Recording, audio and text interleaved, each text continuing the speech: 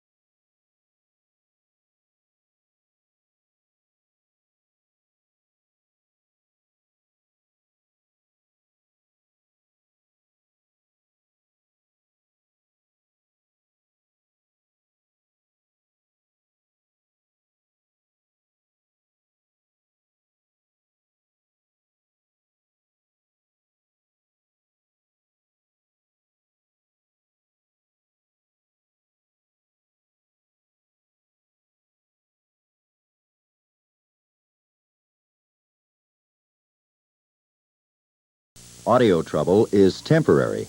Please stand by.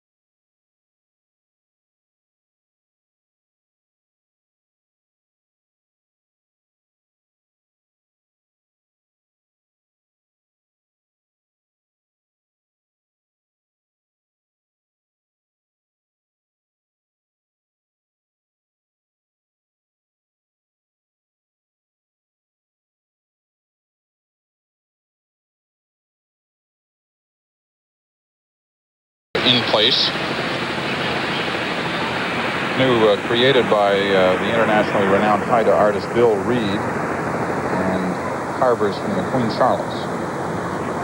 It's a full-size ocean-going canoe carved from a single red cedar found in the Queen Charlotte Islands.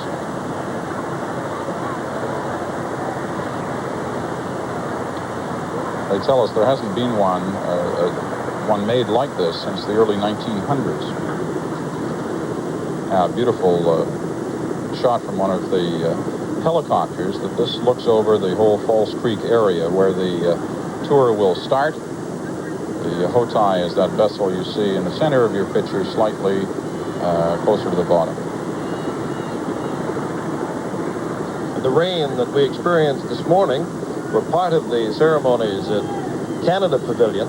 Seems to have let up. You can't claim any sunshine yet this afternoon, but it's fairly warm and not unpleasant. People down at this end of the Expo site, of course, hoping that that condition prevails and we'll be able to see an open motorcade. It was one of those famous British Columbia weather forecasts last night. I saw your Phil Reimer, CBC weather forecaster here, suggesting that it was going to be a little bit of cloudy, a little bit of sun, a little bit of rain. I got all the bases covered there. Phil's ever-present mixed bag.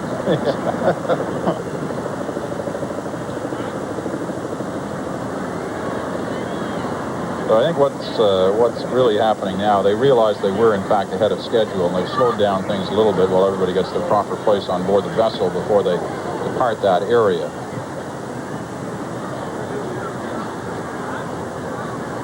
But once they do get underway, we'll have the opportunity of seeing a good water view of many of the pavilions that line the shores of False Creek before the royal couple head into the motorcade and take the on-the-ground transport through many of the pavilion areas of this main Expo 86 site.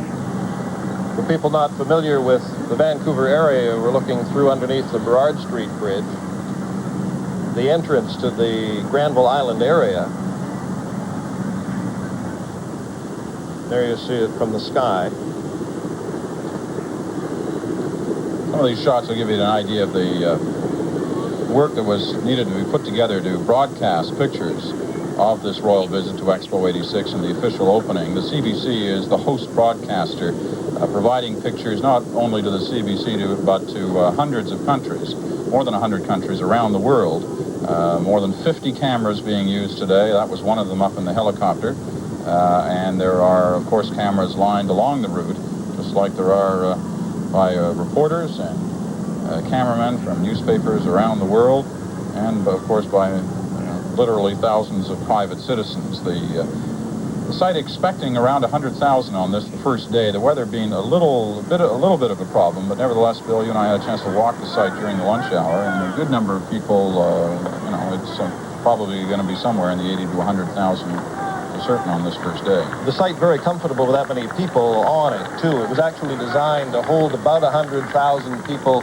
It can take more, and it certainly will some days, but 100,000 is just about perfect, and that is probably what the fair organizers are hoping to have today before the day is over.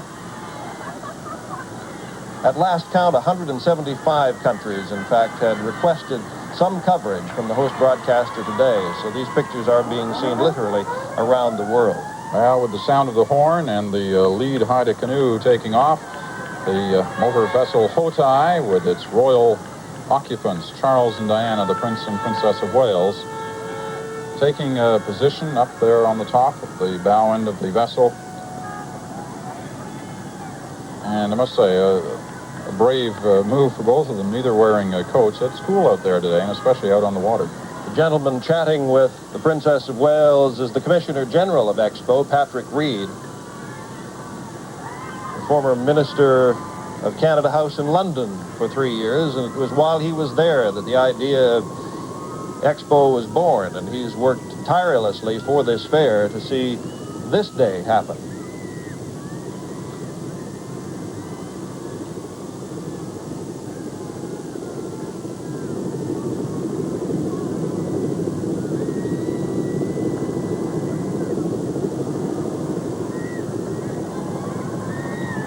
The canoe leading the way as the Hotai approaches the Granville Street Bridge.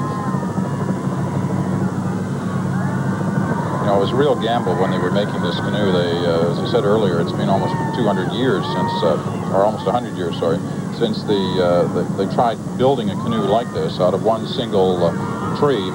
The success of the whole project rested on the outcome of the final steaming process, at which time the canoe might have split. A lot of crossed fingers that day for sure, but it didn't, obviously. The whole financing of this, by the way, is sponsored by the Bank of British Columbia. Now, one of the things we're going to be doing all afternoon is getting away from the tour part and getting right down onto the grounds of the Expo 86 site, an opportunity to give you a glimpse of what's happening down there while the Royal Tour takes place. We've got some of the best reporters in the country working with us today, and as usual, Mike Duffy is one of them. Mike, where are you right now?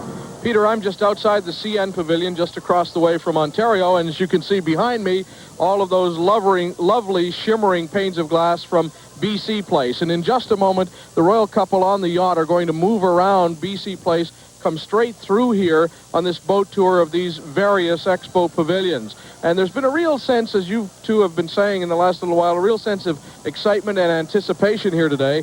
When we arrived on the site this morning, there were about 20,000 people lined up waiting to get into the various pavilions, and they have increased throughout the day. Over the lunch hour, I estimate now we're up over 65,000 visitors here, and as the afternoon goes on, there's going to be a lot more.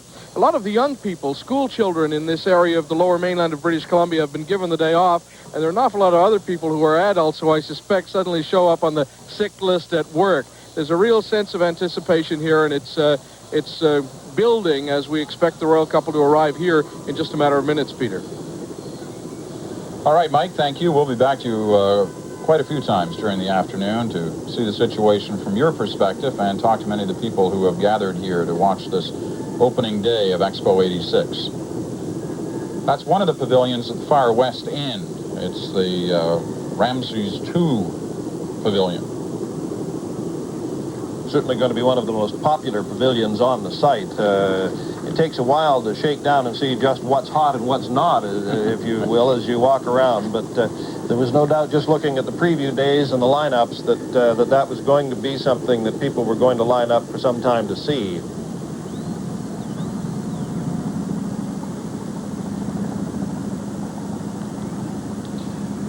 All right, as the royal couple move by, we've got to tell you what this is, just going by there. There are 5 restaurants, 5 McDonald's restaurants at Expo 86. They won the right to be on the turf here, and that is a floating McDonald's, the first one of its kind in North America. I'm sure you're going to hear a lot more about that in the days, weeks, and months ahead.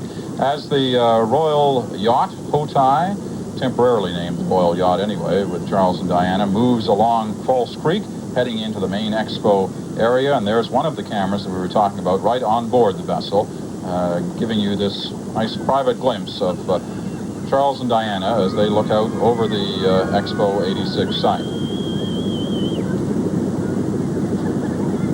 Now, we had the opportunity to listen in to Mike Duffy just a few minutes ago from his vantage point on the shores of the Expo 86 site. Let's now check in with Allison Smith, who is also covering this story for us today. Allison?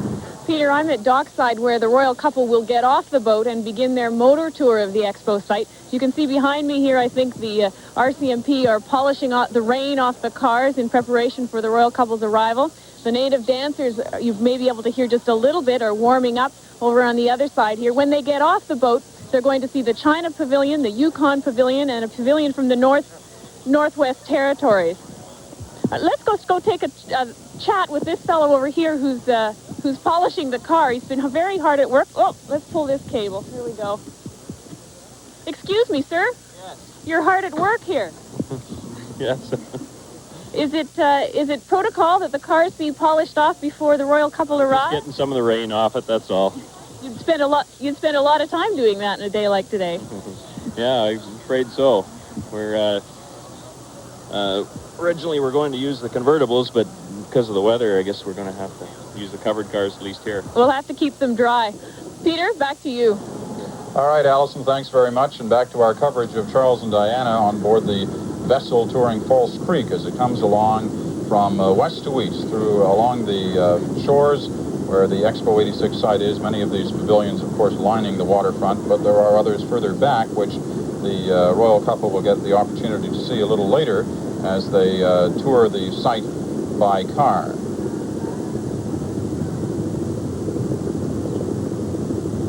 It's a spectacular picture as we look at it from the air, and the site itself is quite spectacular too, and it is going to be alive with people for most of the next 165 days and nights as people come here from all parts of the world. The fair itself is spread over 173 acres of downtown Vancouver. You saw our pictures earlier today from the Canada Pavilion, which is about just over a kilometer away from the main site here.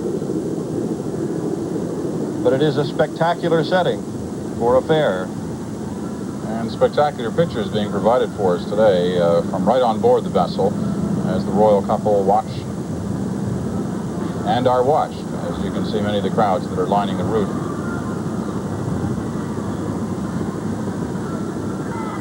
A bit of a breeze there, as you can tell, but it doesn't seem to be bothering the royal couple.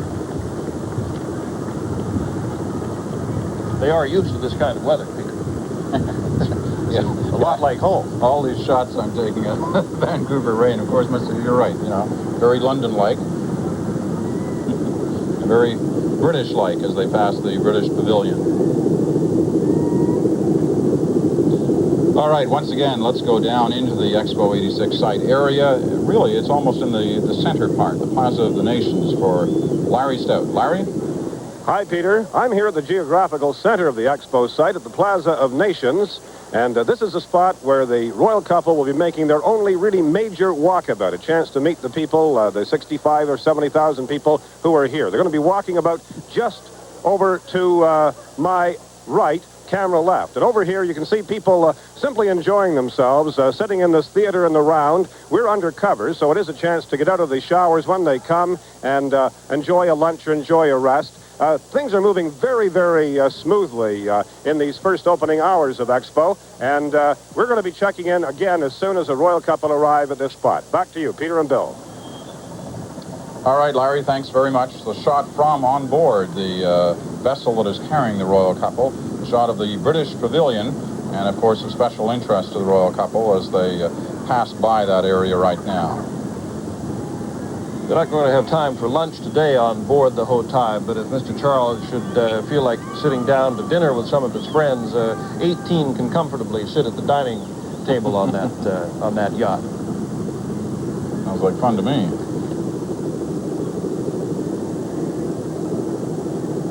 This is the slow trip through the waterways of False Creek to have a look from this view.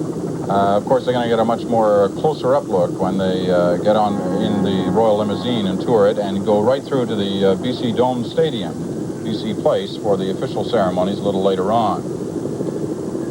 We've been joined in our booth by Ron Woodall, who is the creative director of Expo 86. And Ron, you've been watching these pictures for the last few minutes of what Charles and Diana are getting to have a look at, and for you, it must be a real special treat to see it all working after all the months and years of planning. Yeah, that's true, Peter. It's a bittersweet experience in a way because it's been a bit of a private thing. We've been alone with the secret of what's there for so long, and today we share it. It's like the birth of the baby last night. There were a few damp eyes last night when 1,000 or so cars came down at 10 o'clock and started blowing horns, and the offices were full, and it's a good moment. It must be, there must have been times when you really wondered whether it was all going to be ready on time over these past, I guess especially over these past few months. It's always been very close to schedule, and it was always possible to speed up, and I don't think that's been ever a major concern here. Construction division has been pretty efficient.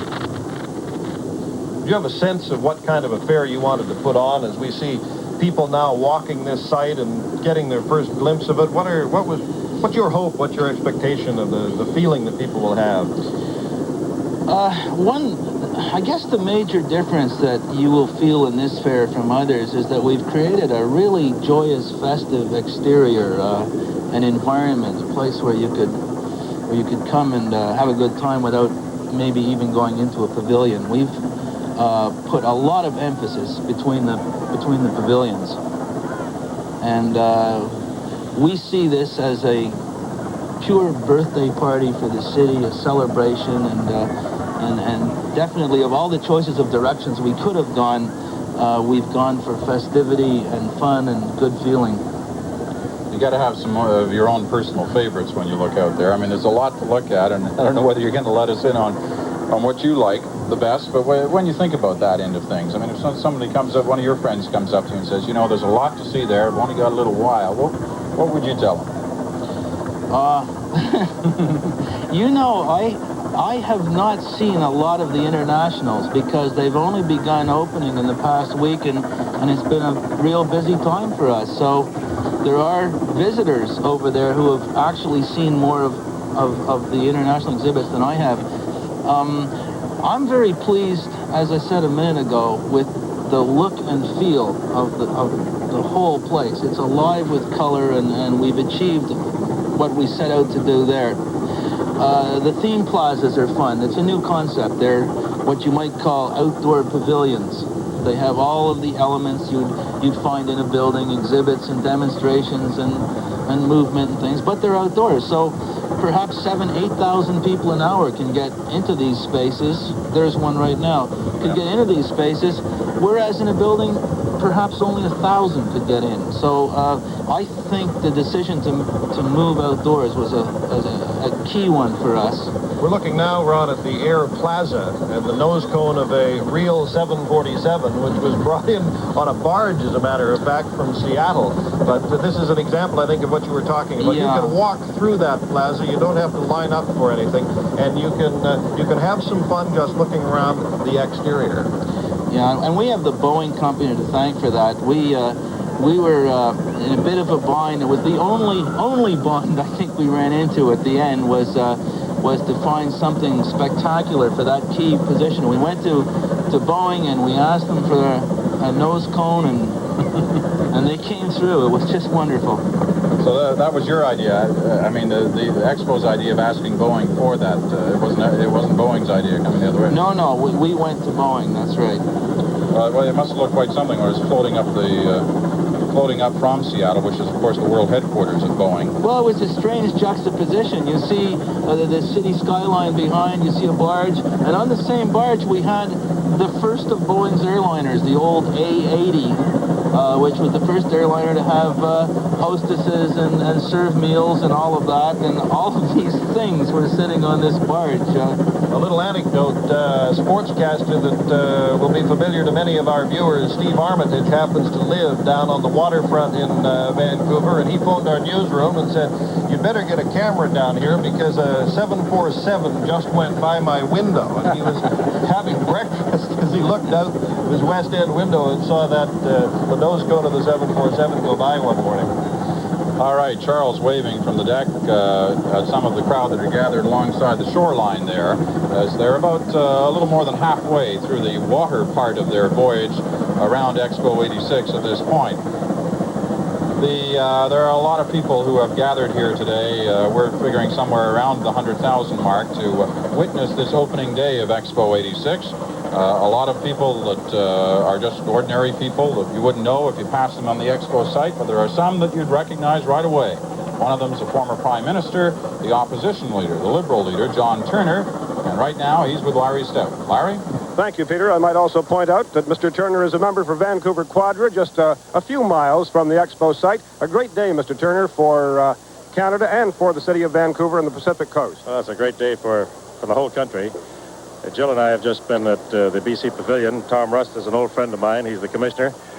I think the people of the province ought to be proud that their own pavilion is going to take a second seat to no one. It is absolutely spectacular. The films and the exhibits are first rate. Everybody's got a smile here.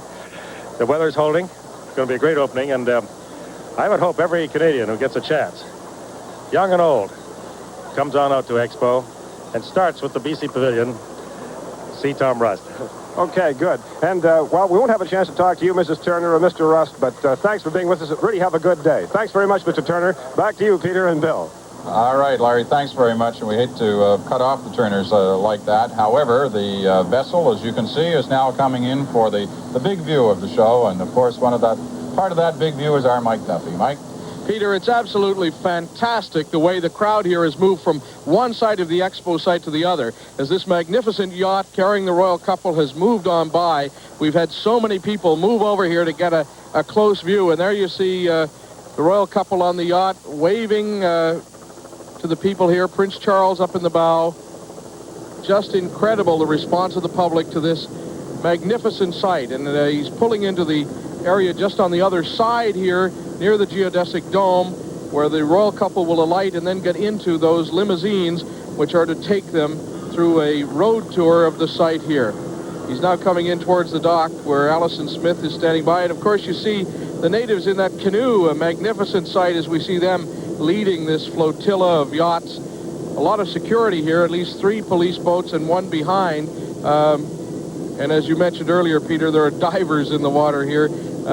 All precautions being taken to make sure that nothing mars this magnificent opening day here at Expo 86.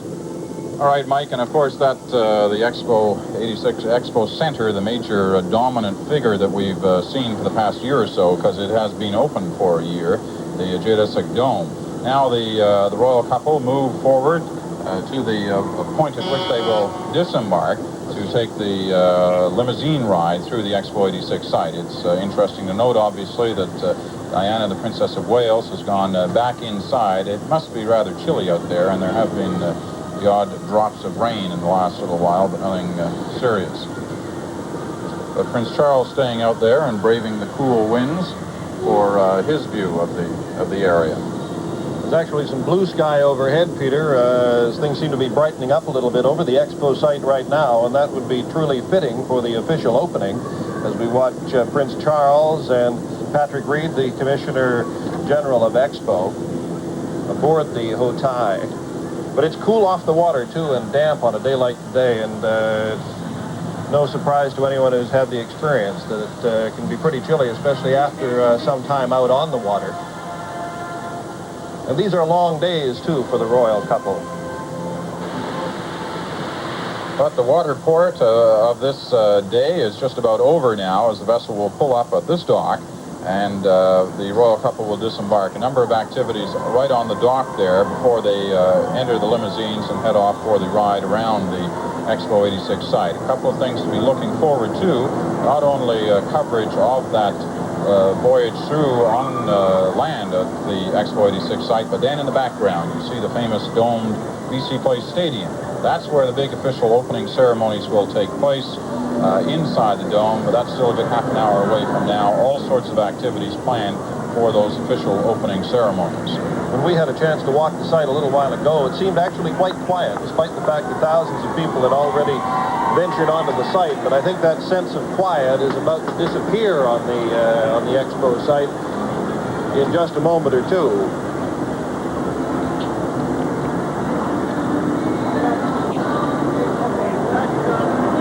Hotai has docked now.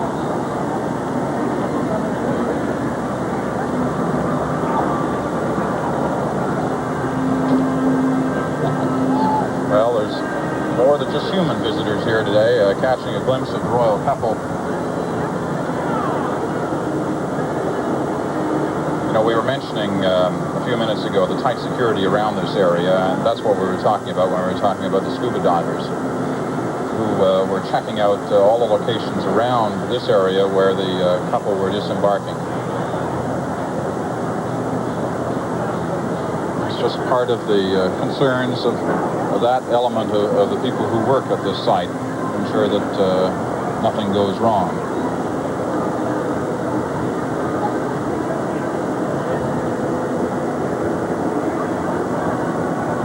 So the Hotai is docked now, and the royal couple will be disembarking in just a few moments. Bill Bennett, the Premier of British Columbia, and Mrs. Bennett will be preparing themselves right now to welcome the royal couple in just a few minutes. But once again, as I was saying before, after this drive through the Expo 86 site, the royal couple will head to BC Place, the Dome Stadium, for the official opening ceremonies there, and literally thousands of people have already headed over there to take part in that and to watch, as we see Premier Bennett and Mrs. Bennett welcoming Charles and Diana on the ground, on the land, and on the main area, the main Expo 86 site.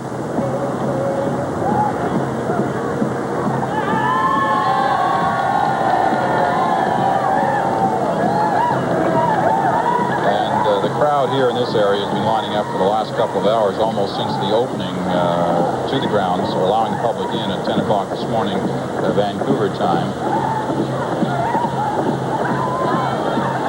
Big moment again for Bill Bennett, who has been hoping for the success of Expo 86, and so far it certainly looks like he's got the success he was hoping for. As we alluded to at the start of today's program, it's very important for the short-term and indeed the long-term future of British Columbia, and also it's politically very important for Premier Bennett that Expo be a success.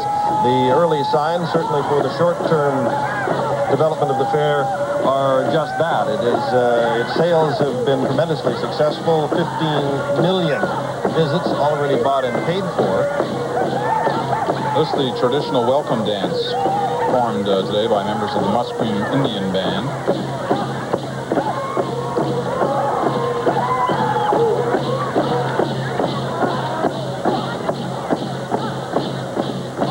Yet another welcoming line. This one headed up by the representative of the federal government, the Secretary of State for External Affairs, Joe Clark, and his wife, Maureen McTeer, were at the head of that line, welcoming Charles and Diana to the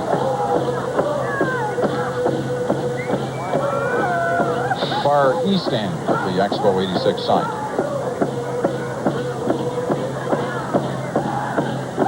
A number of other dignitaries are present there, including the chairman of the steering committee of the College of Commissioners, General, and it's Mr. Ted Allen and Mrs. Allen.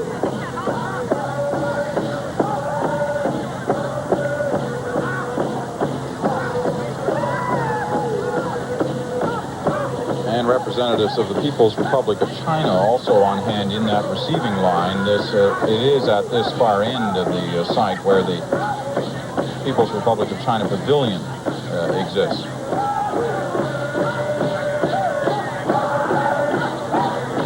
Also, Mr. George Braden, the Commissioner of the Northwest Territories Pavilion, where the Otay docked just a few moments ago. It's directly in front of the Northwest Territories Pavilion.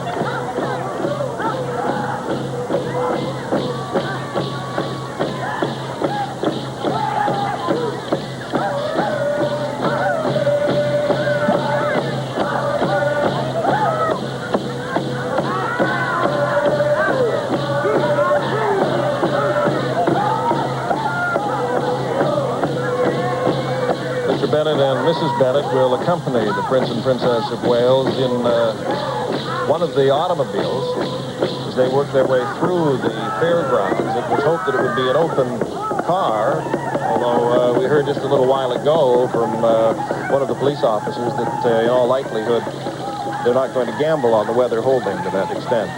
Well, I'll tell you, believe it or not, the skies are opening up a little bit, and it was our first hint of blue sky in the last couple of days here, just as the Royal Couple arrive on land. So you never know, as they give their thanks for the welcome dance by the Musqueam Indian Band performed for them here as they arrived on site at Expo 86.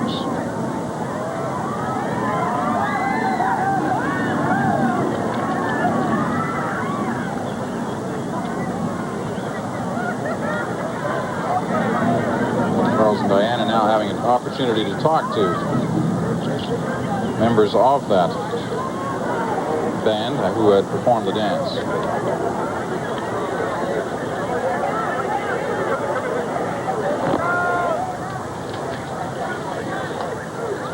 Musqueam people are the Aboriginal people of Vancouver. It's a ceremony that they performed, their warrior song and dance, rarely seen outside their own community.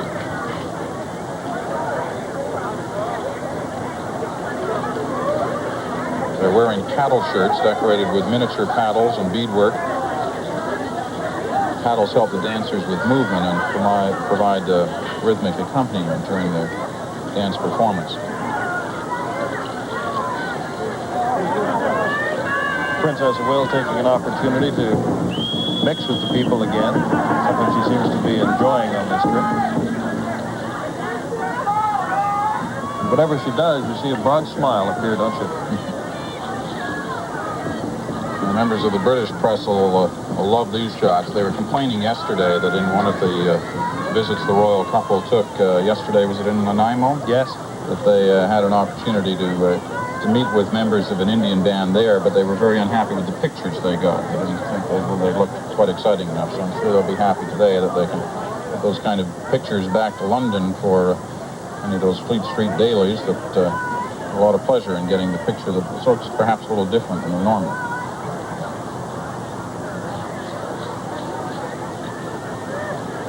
But as you can see, the sun is coming out. It's the first time I've seen shadows in the last few days around here. I had the sense this morning you were doubting me when I told you this was going to happen. You had a skeptical look on your face, but there was never any doubt in my mind, Peter. Well, the next big question will be whether they bring the top down on the limousine. I don't think one would want to make a lot of bets on this because it literally is a very small patch of sky up there that's blue at the moment. And obviously not. They moved out. They had some convertibles there a little while ago that would have been used. But they're bringing in the covered ones at this time. Which is unfortunate, of course, for viewers on television, but for many of the people lining the route, they'll still be able to get a good view of the royal couple as they drive along the main route through the Expo 86 site. They won't be stopping, or at least they're not planning to stop through this, but nevertheless, they should have a good opportunity to see many of the pavilions, at least from the outside. But I think mainly this is the opportunity for the crowds who've gathered to see the royal couple, as opposed to the royal couple getting a good opportunity to look at some of the many exhibits that are here on hand at Expo 86. We were talking about the China Pavilion just a minute ago, and they're passing it now. The three main pavilions, well, they're not the main pavilions, but the big country pavilions are the People's Republic of China, the United States, and the Soviet Union Pavilion. They are among the 54 countries represented. There are also 7 provinces, the Yukon, the Northwest Territories, and 3 states, California, Washington, and Oregon, each with its own pavilion here at Expo. All right, well, they're watching that official welcoming ceremony there at that site just off from the vessel Hotai was our Allison Smith, who had an opportunity to watch the royal couple come in, get into their cars, and has now had an opportunity to talk to many of the other people who witnessed the same event. Allison? Peter, I'm with a visitor here from the Northwest Territories who's involved with the pavilion. Sarah, tell me what it was that you did for the pavilion here. Well, I've had several contracts. I provided crafts to the NWT Pavilion and also traditional clothing, which was sponsored by the Interprovincial Pipeline. And also there's a mural that I've done. It's a big 16 by 12 wall hanging, which will be on display here, and then from there it'll go to Legislative Assembly in Yellowknife. You must have been very proud to see the native dancers here today to welcome the Prince and Princess of Wales.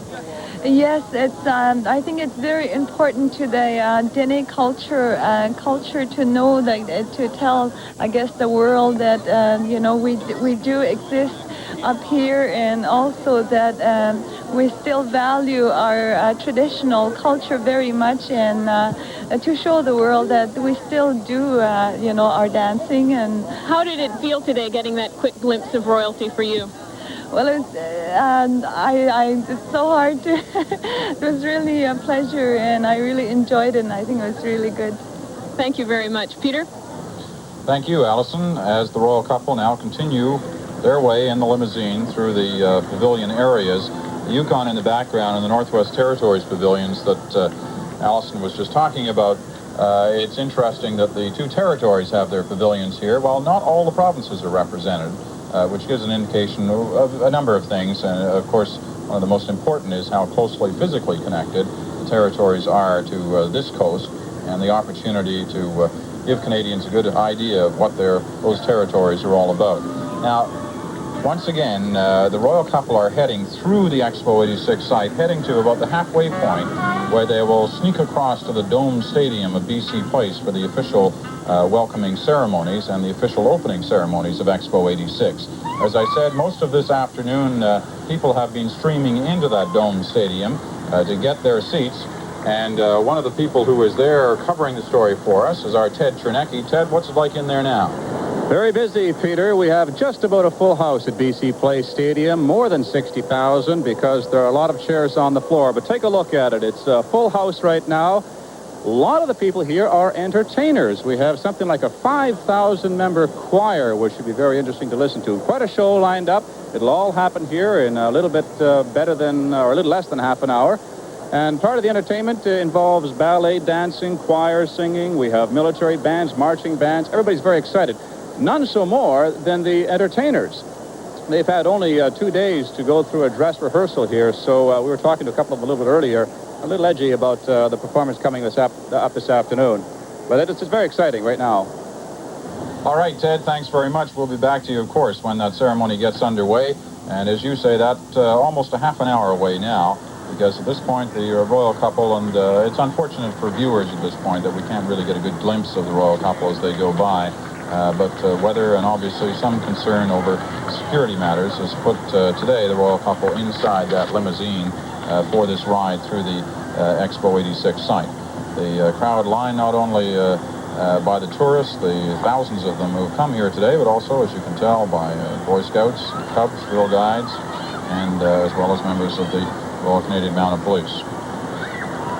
You know, one of the things that's amazing, Bill, when you look at this site, is the transformation that has taken place in a very short period of time. Just a few years ago, what is now this main expo site was really an industrial backwater, something that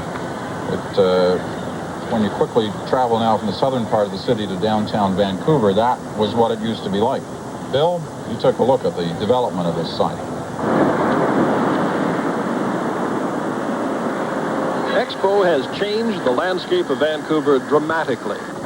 When the giant fans raised the roof of BC Place Stadium back in the winter of 1982, people began to realize that the World's Fair was really coming. Constant construction all along the north shore of False Creek signaled another sign of change. The community that was springing up along the south shore of False Creek was full of people anticipating a front room view of Expo. When the Expo Center opened a year ago today, people lined up by the thousands to get a glimpse of what lay ahead. In the 6 months the preview center was open, more than 500,000 people went through the doors.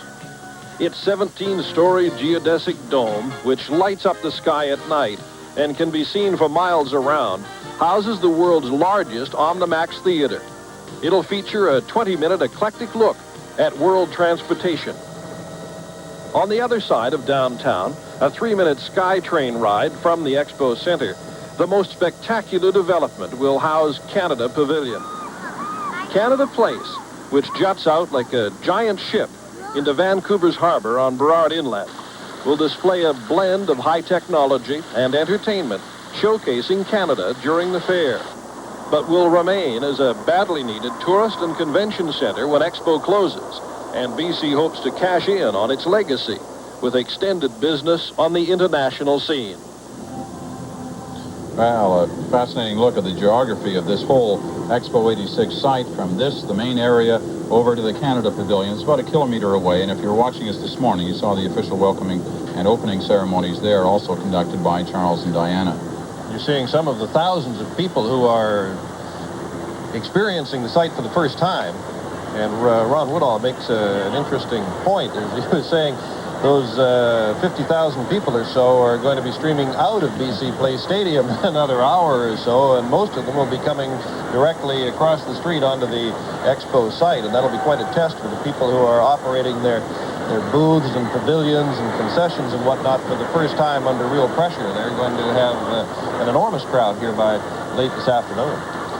These opening days, no matter how many studies, Ron, were done to make sure that you could, handle big crowds like that, these opening days must be a real test on the facilities, see whether all the computer projections were right and whether it really can handle the kind of people that are bound to be going through here. Jimmy Patterson holds an operations meeting at 7 o'clock every morning, and they make a list of things we can do better.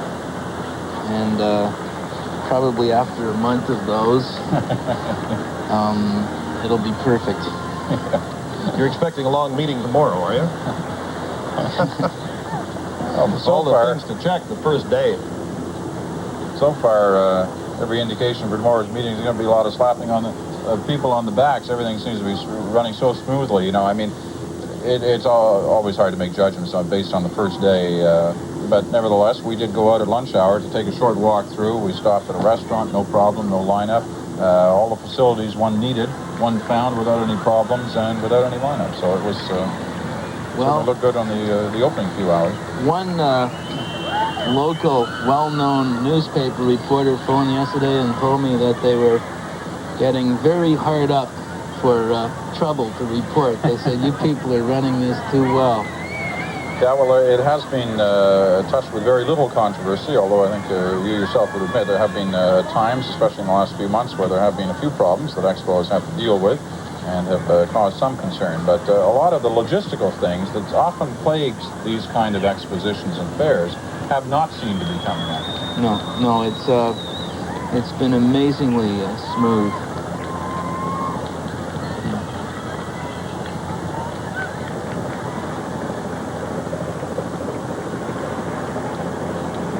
Well, the motorcade now continues to wind its way through the Expo 86 site.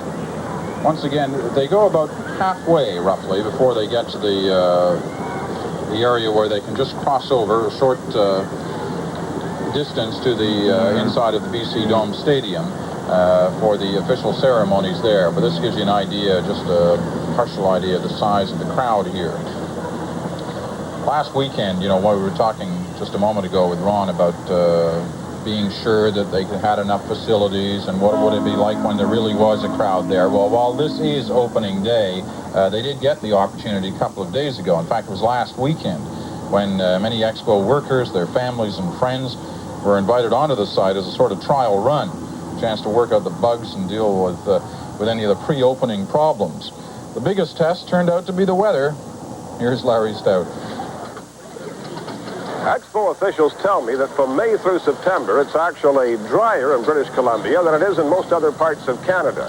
But there are going to be days like this, but you shouldn't let it spoil your fun here at the Expo site.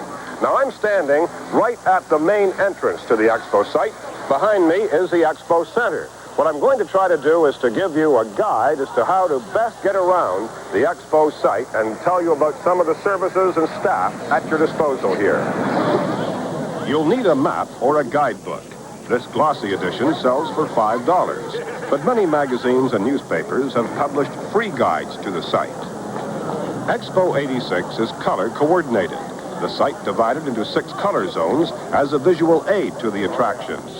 There's a purple zone, a red zone, a pink zone, a blue zone, a green zone, and a yellow zone. The Soviet Union's pavilion, for example, is in the pink zone. The United States in yellow, British Columbia in blue. If by chance you're either colorblind or have a poor sense of direction, you can ask.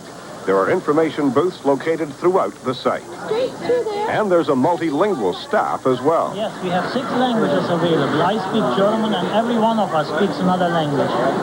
Like French. Every second person here speaks French. Information about various on-site activities is also available on these touchscreen computer terminals. VIP guests at Expo get special treatment. They'll be conducted through the attractions by this contingent of guides. How do I qualify to be a VIP? If you are from a large corporation or head of state or basically anybody an important dignitary, you're a VIP. How about a reporter from the CBC?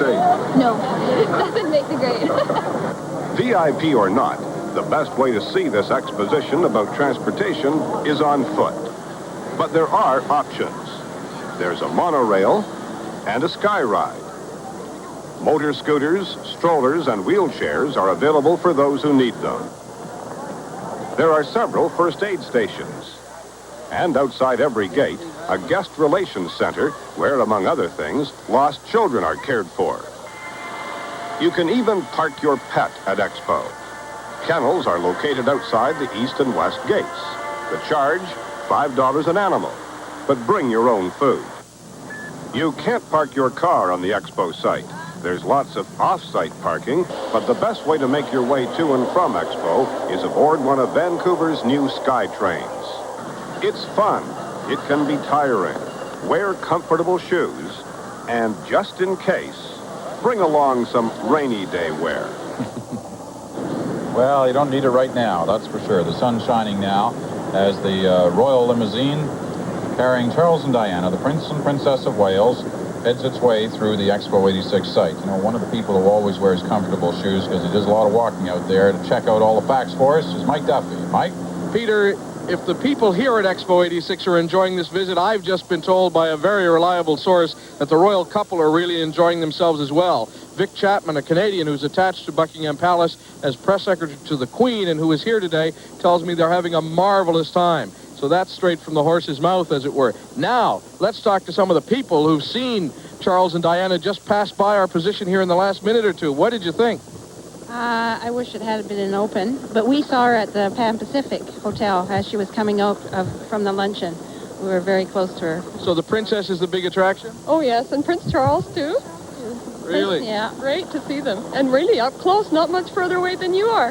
Isn't that tremendous? What did you think? I thought she was just as beautiful as she is on TV. Me too, yeah. The princess for his birthday. This is his birthday? Yeah, 7 years old today. What did you think? It was fun. Beautiful. That's great. Does she look like a princess should look? Yeah. That's tremendous. Now, we've got some other visitors here, Peter. And I told you that they were here from all over North America and Canada. And I've got a whole group of kids from Grand Rapids, Minnesota. Yeah. They've been telling me it's not Grand Rapids, Michigan. What did you think? I've never seen anything like it. It was great. She's gorgeous. She's so pretty.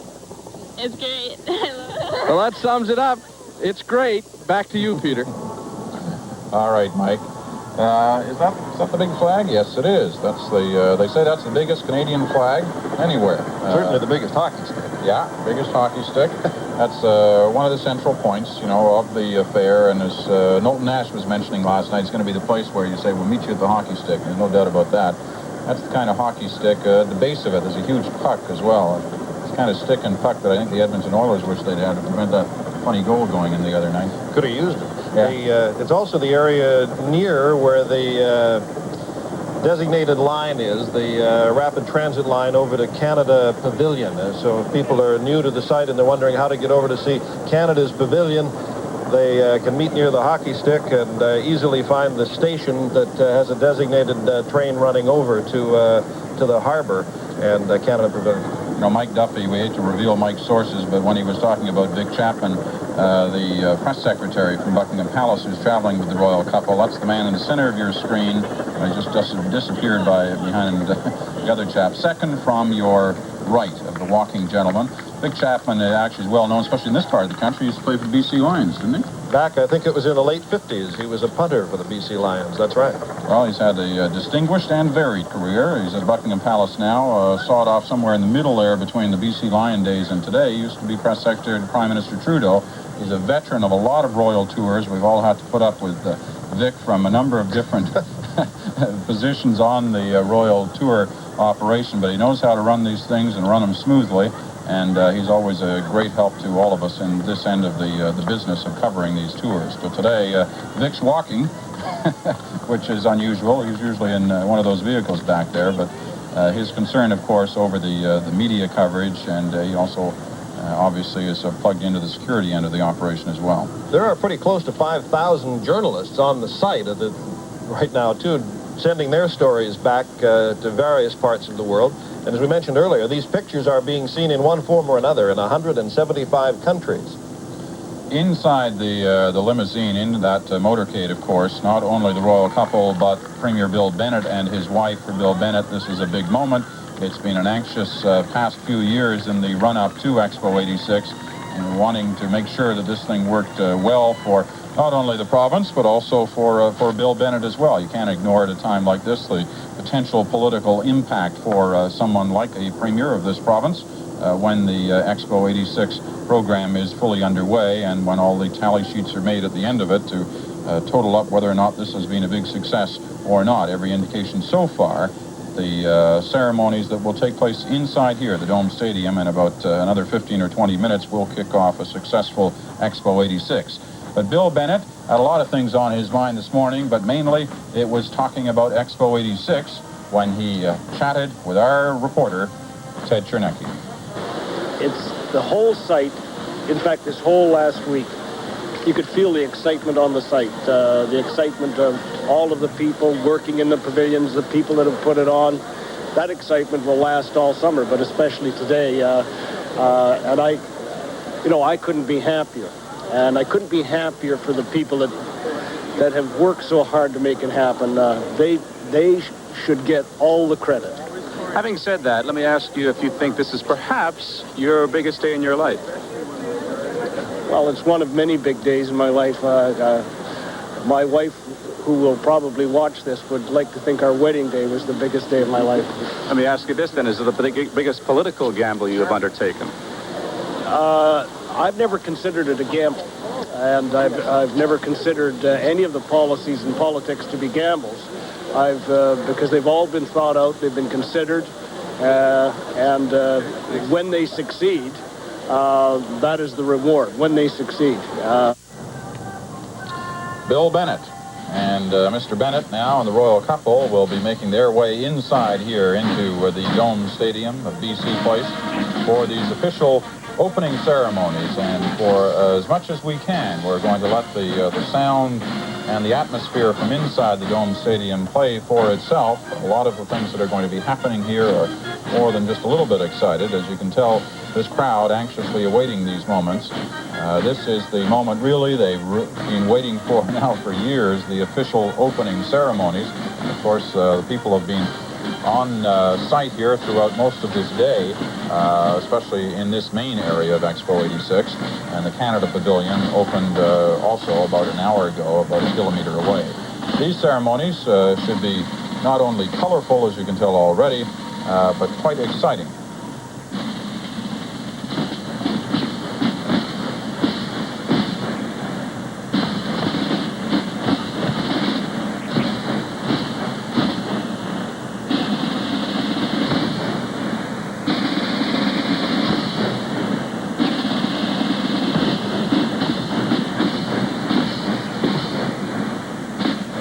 Motorcade will actually drive right into the Dome Stadium.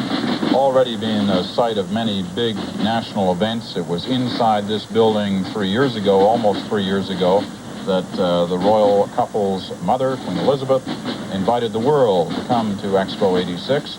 That was the first event inside BC Place, if I'm correct. I'm pretty sure I am. It wasn't even totally finished at that point, but they had the official welcome to the world from there with Queen Elizabeth.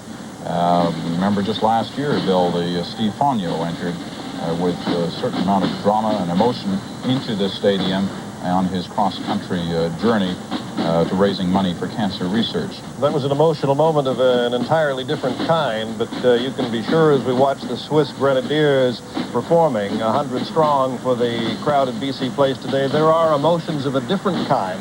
As people in British Columbia, I think, have gone through some difficult times over the past few years. It's been a difficult time financially for this resource-based province, and people are hoping that Expo will help kick off financial recovery of sorts, and tourism becoming our second biggest industry on the West Coast.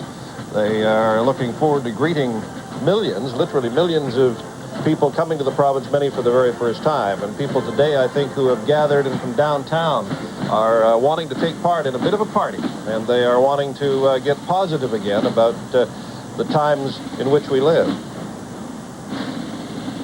Well, they're going to have quite a party in here right now, and as Ron Woodall was telling us a little earlier, the party in many ways began last night when they were with mixed emotions, and you can understand that when you're part of the family that was put this thing on, that it's now out of the hands of the family and into the hands of the general public and the world to dictate whether or not this will be a successful exposition.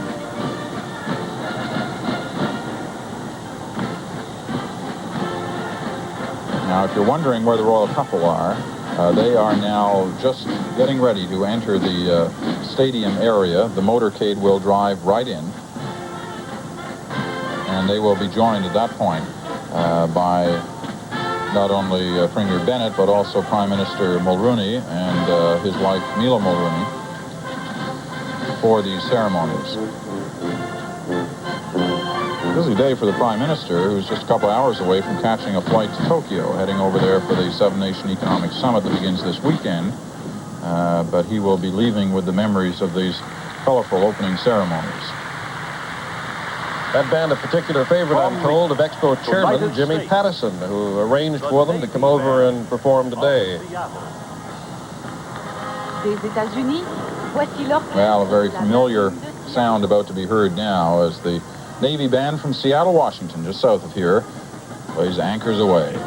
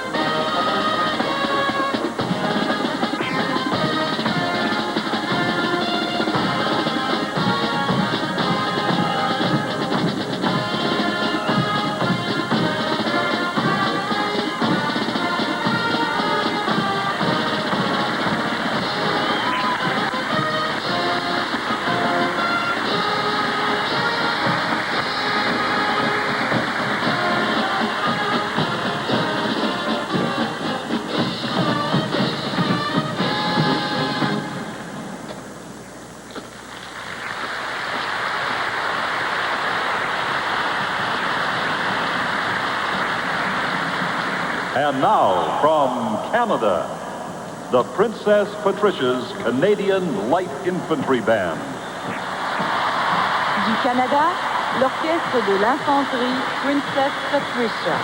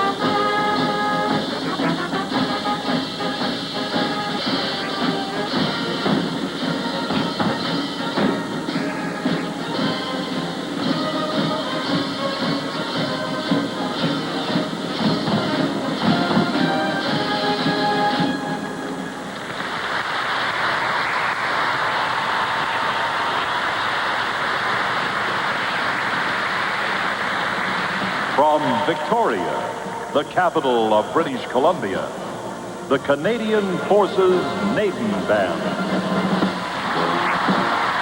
De Victoria, capitale de la Colombie-Britannique, l'orchestre Maiden des Forces armées canadiennes.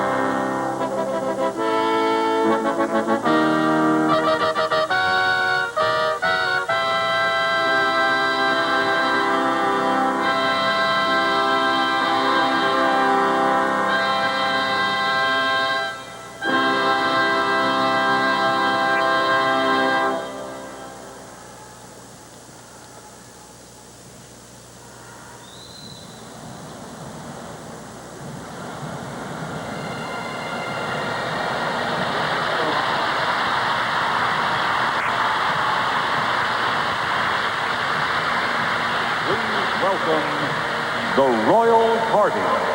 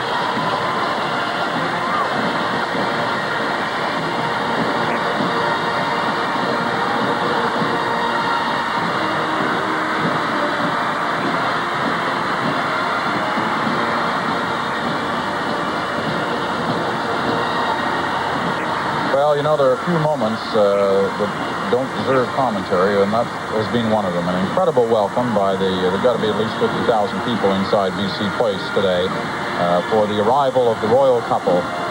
Our Ted Chernecki was in there and is in there now. Has been witnessing this. Ted, it must have been quite the scene. Yes, very, very busy here, Peter. The excitement is really quite incredible. Each time the princess does something, wave, make a gesture, or something like that, the crowd really goes wild. There's a lot of excitement, and everybody's waiting for the show to get going here. It's quite incredible to watch, just from a spectator's point of view. Certainly is. I can imagine it must have been like in there. We, of course, are not in, but Ted was. But I think you get the feel of it just from the televised pictures and the sound and the emotion of the moment. And as Ted was describing, every time the princess did something, whether it was a wave or a smile, instant response from the crowd. It was quite amazing. You know, we've mentioned earlier that there have been a few little controversial parts of Expo 86. This, in fact, was one of them over the guest list. Everyone in here was, in fact, invited either directly or indirectly. Many of the tickets going out to social credit members of the provincial legislature, who in turn were able to give them out to their constituents. But nevertheless, I'm sure that wasn't on the mind of a lot of people in there right now who were just simply there and responding with an extremely warm welcome for the royal couple.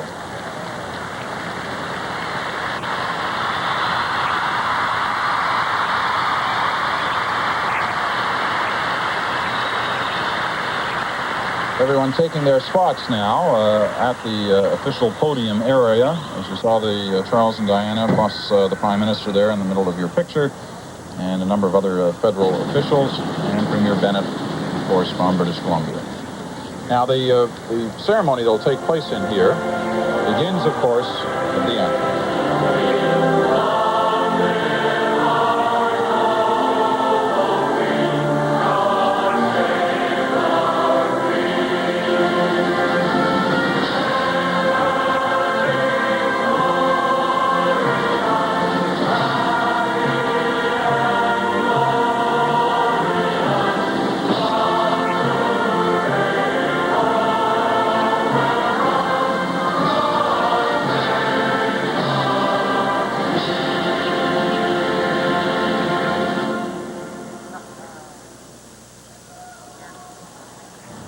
We honor today the Commissioners General and Commissioners of the 73 participants of the 1986 World Exposition. Nous saluons aujourd'hui les commissaires généraux et les commissaires des 73 participants de l'exposition internationale de 1986. Britain.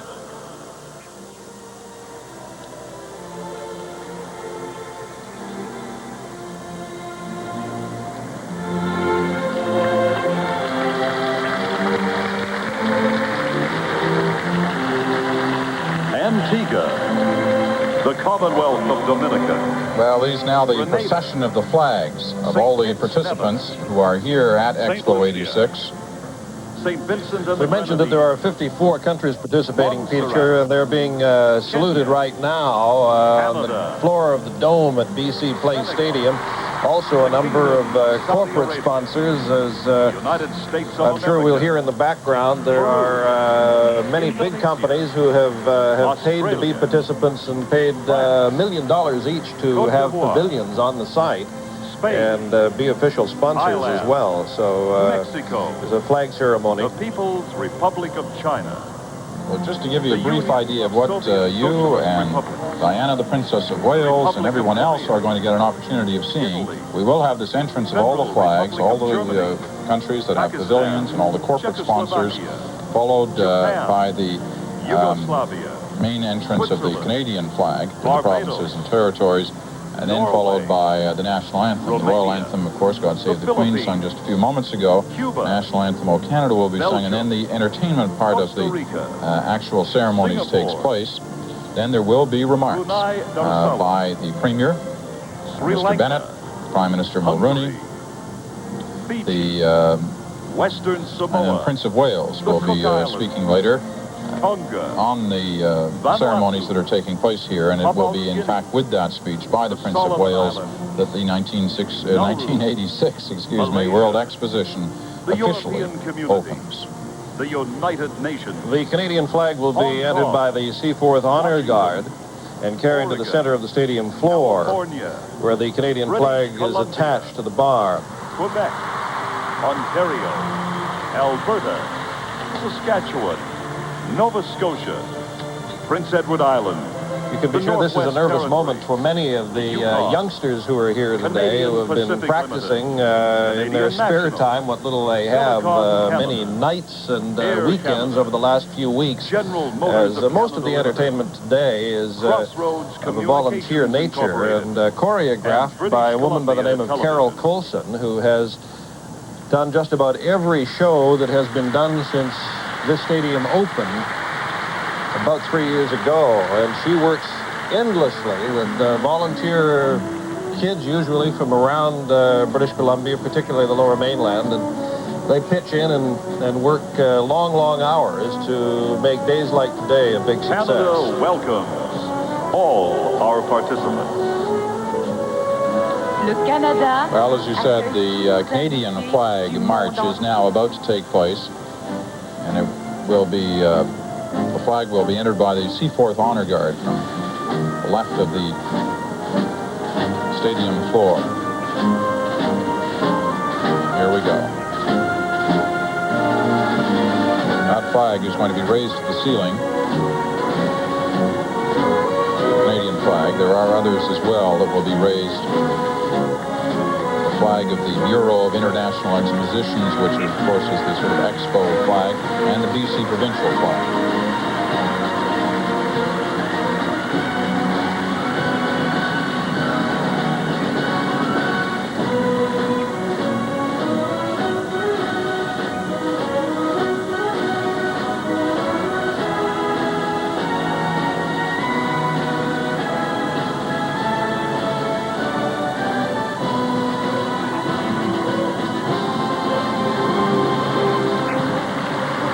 Flag, of course, on the right, and the Expo flag on the left.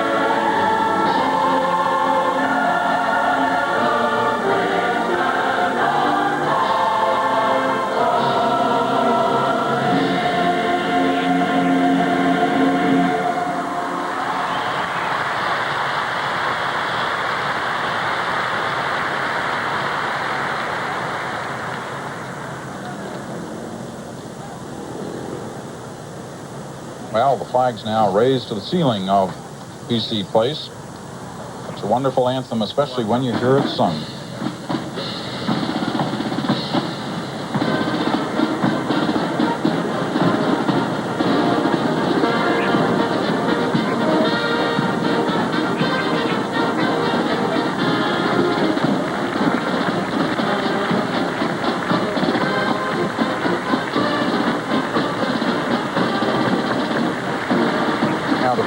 Who we've been watching for the past 15 or 20 minutes now will be leaving the center area of the stadium as the actual ceremonies now take on their official touch. Before the speeches, we will still have the performances by entertainers in front of the royal couple and the other dignitaries who are there. We'll be performing along the main theme of this exposition, a world in motion, a world in touch. Which is, of course, the transportation and communications theme of Expo 86.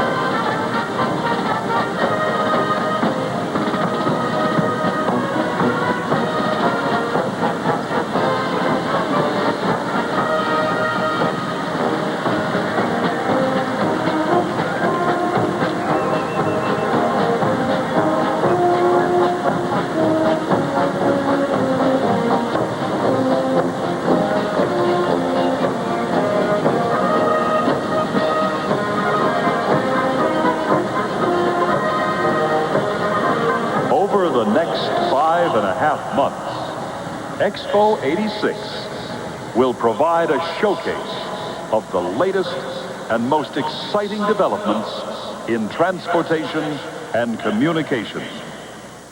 This is our musical tribute to the theme of Expo 86.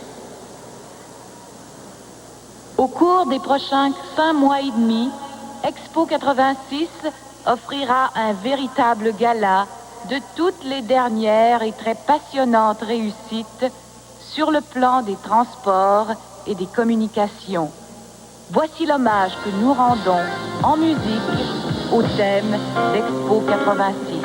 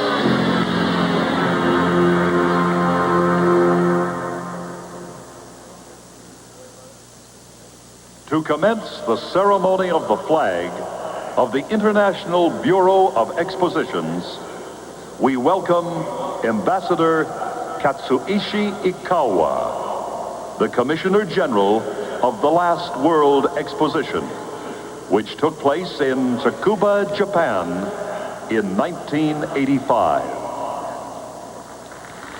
Pour commencer la cérémonie des drapeaux du Bureau international des expositions, nous accueillons Monsieur l'ambassadeur Katsuichi Ikawa, commissaire général de la dernière exposition internationale qui s'est tenue en 1985 à Tsukuba, au Japon.1968年のバンクーバー国際博覧会の開会式に際し、関係者の皆様にお祝い申し上げますとともに、バンクーバー万博の大成功をお祈り申し上げます。I am pleased to return the flag of the BIE to Mr. Jacques Laurent, the President of the International Bureau of Expositions, who has come from Paris to honor us all on this great occasion.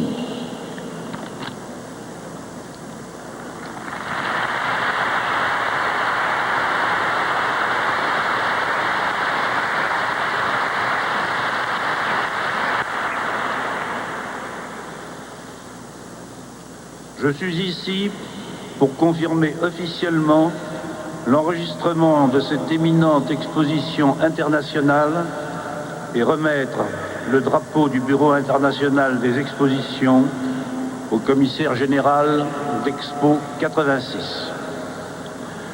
Je félicite le gouvernement de la Colombie-Britannique et les organisateurs de l'exposition pour l'excellence de leurs préparatifs, ainsi que le gouvernement canadien pour le nombre record de participants étrangers qui se sont joints au Canada dans cette magnifique entreprise à l'échelle mondiale. Je me réjouis de ce que M. Allen, vice-président du bureau, soit aussi président du comité exécutif du Collège des commissaires généraux d'Expo 86, et je l'invite à présenter au commissaire général du pays hôte le drapeau du BIE.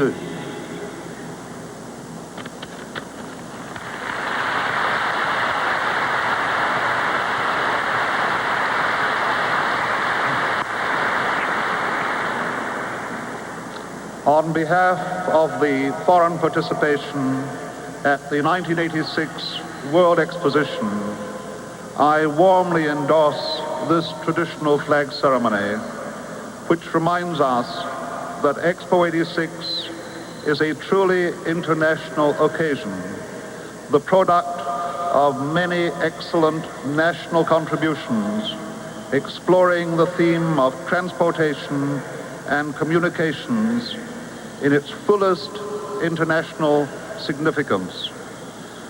By our participation in record numbers, we demonstrate our certainty that an event in this centennial city of Vancouver will be effective in reaching a wide international audience. We wish the 1986 World Exposition every success, knowing that its success will be the success also of each and every one of its participants. In this high purpose I accept the call of the President of the International Bureau of Expositions to entrust the flag of the Bureau to the care of the Commissioner General of the 1986 World Exposition, Ambassador Patrick Reed.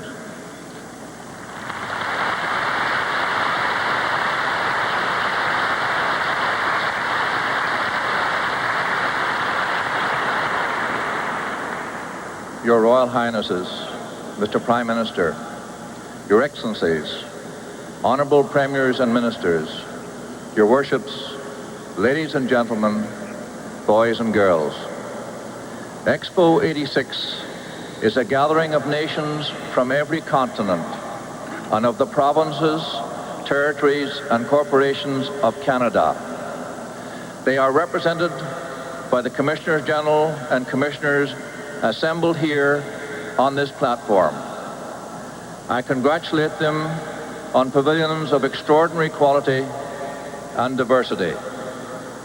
These range from the compelling story of the peoples of the Canadian North to the aspirations of the countries of the South, to the technology of the industrialized world, to the vibrancy of the Pacific Rim, to which this exposition is directly related. I welcome particularly the wonderful young pavilion staffs who have come from afar to join their Canadian hosts in creating the vitality and the magic that have been experienced here even before the exposition has opened. Grâce à cette conférence, Expo 86 a réuni les plus grands penseurs du monde et propose dans son festival des arts une infinie variété de spectacles. Ces activités si diversifiées stimuleront et satisferont tous les goûts, du scientifique expert aux très jeunes et très curieux enfants. In taking the flag of the International Bureau of Expositions into our collective care in this young international city, we pledge that, above all, this will be a time to honor human accomplishment, to enhance peaceful cooperation between nations, and to revel in the cultural diversity that now surrounds us. I accept the flag.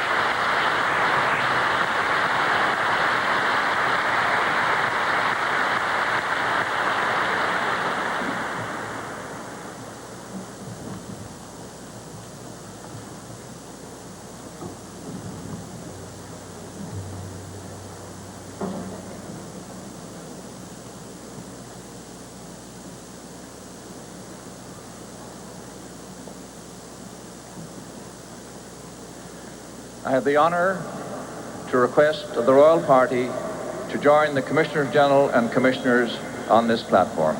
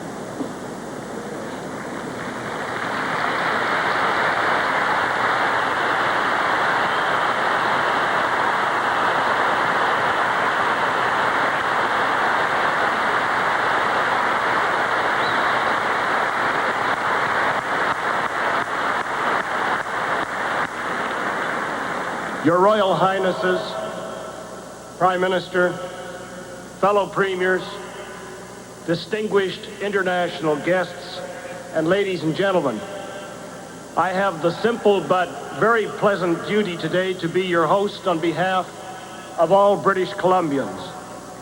And we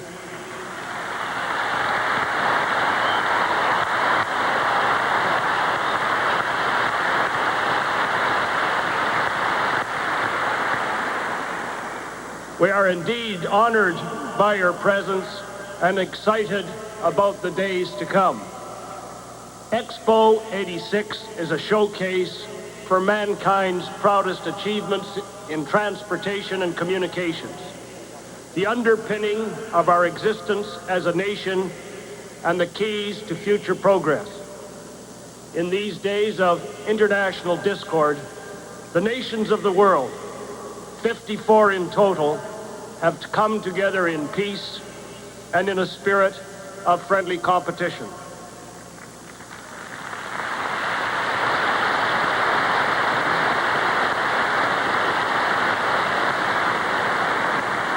The best of world's fairs have been a remembrance of the past, a snapshot of the present, and a vision of the future.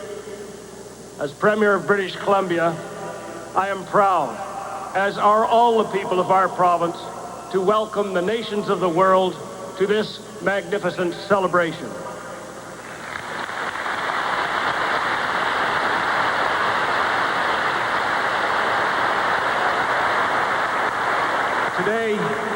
Today is a day that British Columbians have long awaited and will long remember.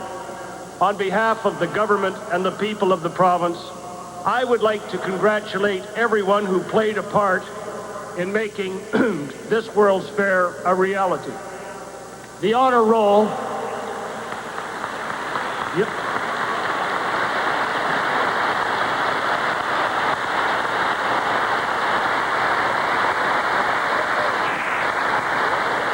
The honor roll is lengthy. It includes construction workers, contractors, suppliers, planners, architects, and designers. To them and many others involved, the international participants, the board of directors, the Commissioner General, Mr. Patrick Reed, the minister responsible for Expo, Claude Richmond, and the thousands of friends of Expo, the volunteers, we offer our deep thanks.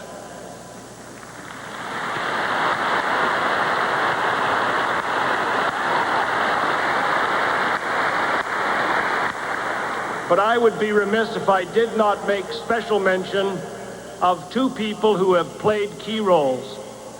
Firstly, Grace McCarthy, who was there at the conception of Expo, and for whom this day is an especially proud one.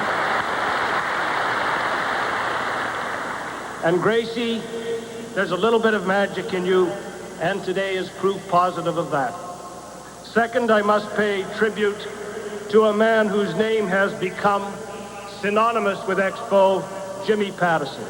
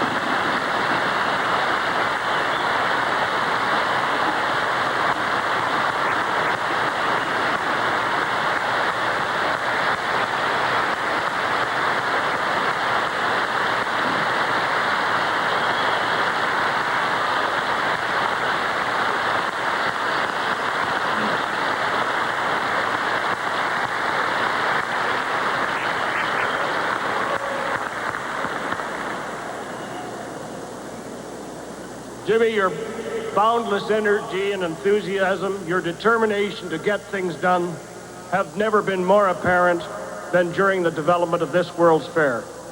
And Jimmy, there were some difficult days, but together they were overcome as you and I always knew they would be. Before I introduce our very special guest, His Royal Highness the Prince of Wales, I'm delighted to bid welcome to the Prime Minister. Brian and Mila,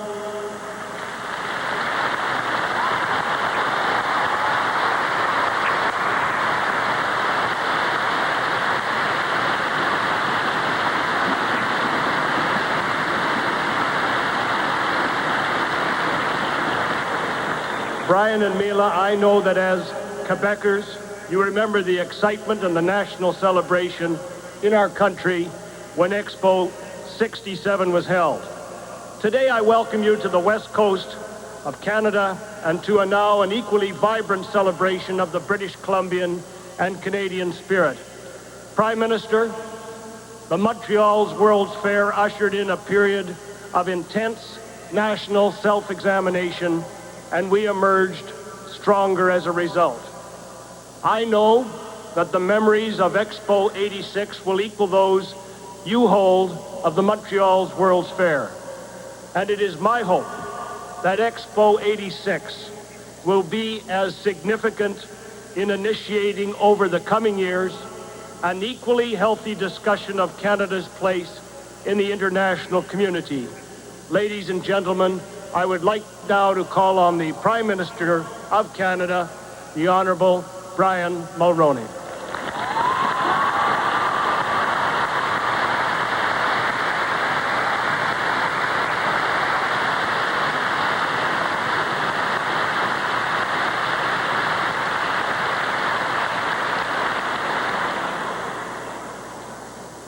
Your Royal Highnesses, Mr. Premier,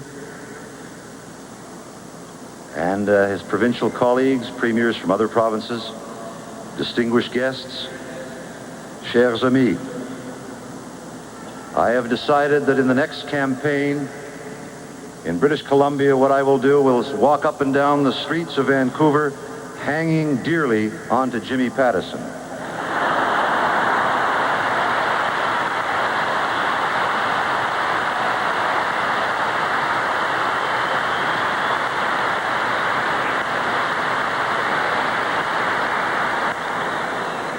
I don't know why I should change. I did the last election hanging on to Mila.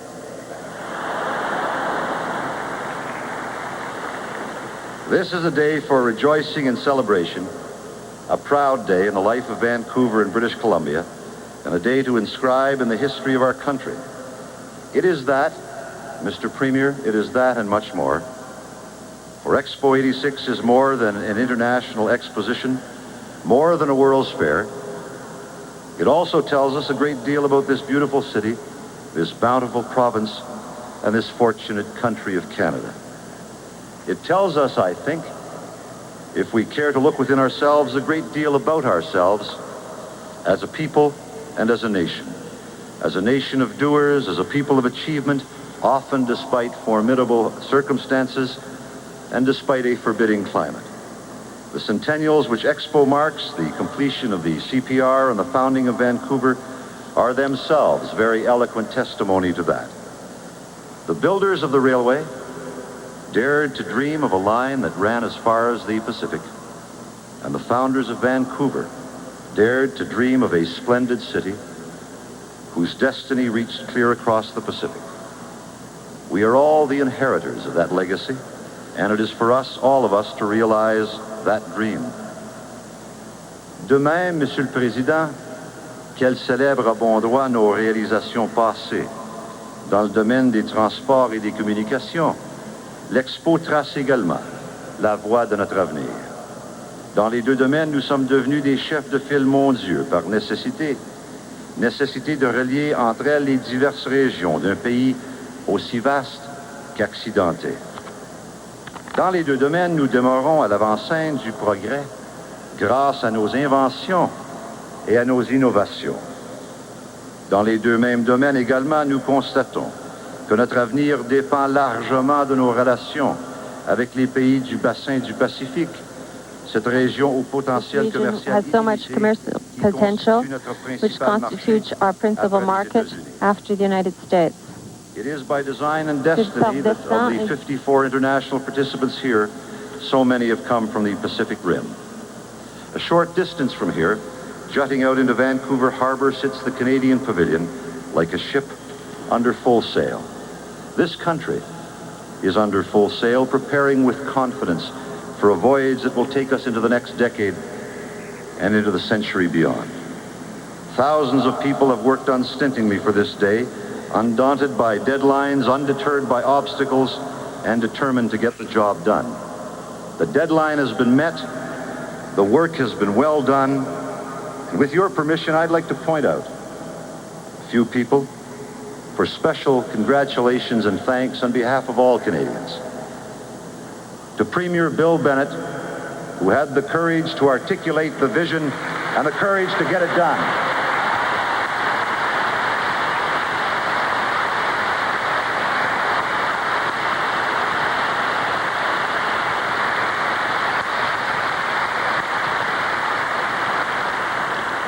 Jimmy Pattison, to Pat Reed, to Canada Pavilion Commissioner Bruce Howe, and to their thousands of colleagues, may I express the thanks of a proud nation.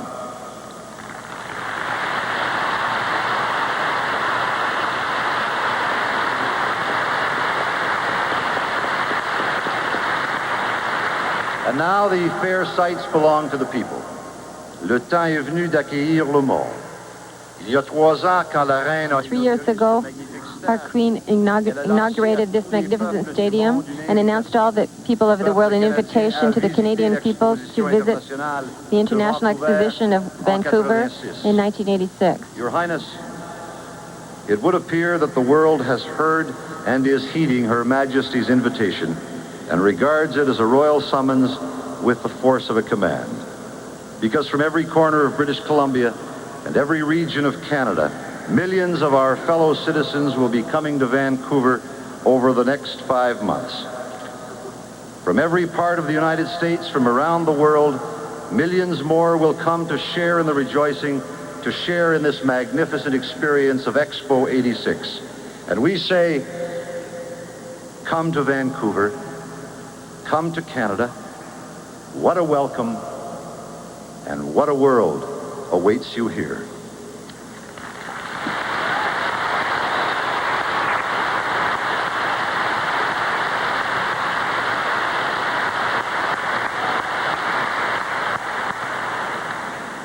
Mr. President, it is with great joy and pride that right now I invite His Royal Highness, the Prince of Wales, to officially declare Expo 86 officially open.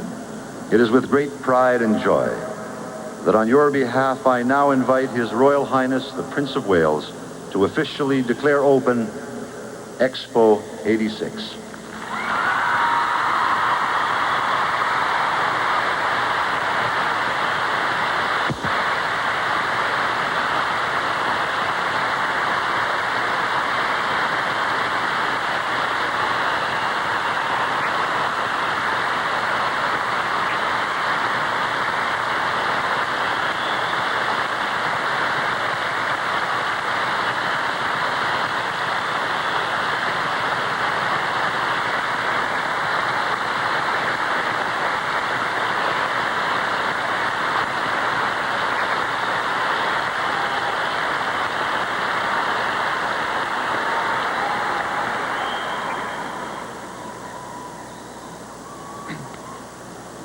Prime Minister, Mr. Premier, chers amis Canadiens, My dear Canadian I friends, bring you the greetings of Her Majesty the Queen, who sends her very best wishes to her Canadian subjects, and her heartfelt thanks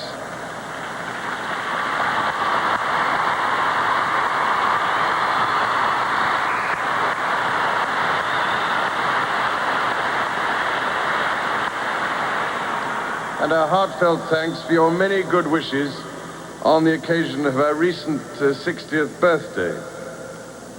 During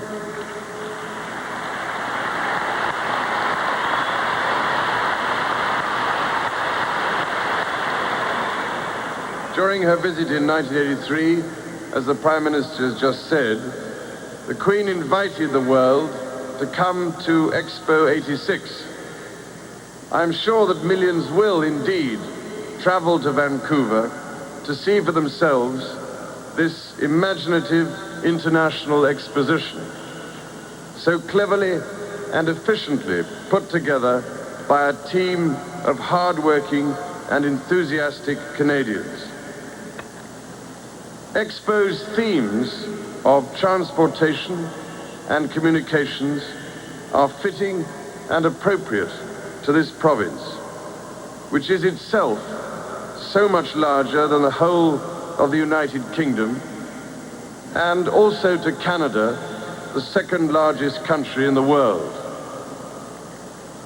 They are also themes of considerable importance to the international community and help to bring all of humanity closer together, while at the same time reminding us of the richness and diversity of our cultural and scientific development. 54 exposants internationaux sont au rendez-vous de Vancouver, et bon nombre d'entre eux viennent du bassin du Pacifique, come from the Pacific Rim countries, a part of the world that I know very well also. And for Canada and Canadians, they are held in high esteem, which I realize myself. One particular regret we have is that Her Excellency the Governor-General is ill and therefore unable to be with us today. However, I know that she is watching, and I'm sure all Canadians wish her a speedy recovery.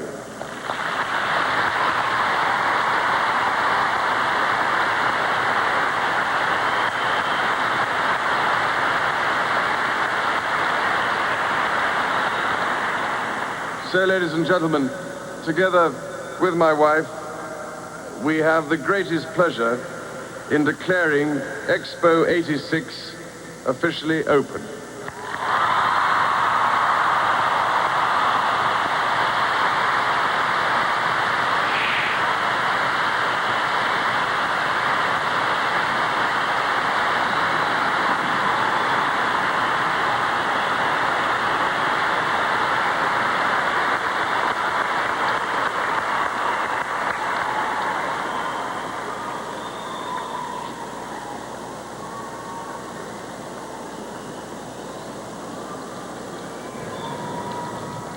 Well, with that simple line, I officially declare Expo 86 open. Prince Charles has really set in motion Expo 86. Of course, it's been open for 2 hours already, but it was that line that the officialdom was waiting for. And the speeches are over now inside the Dome Stadium at BC Place here in Vancouver. Expo 86 has been given the official go-ahead to get started. And the crowds will still be entertained for some time. Here come the snowbirds.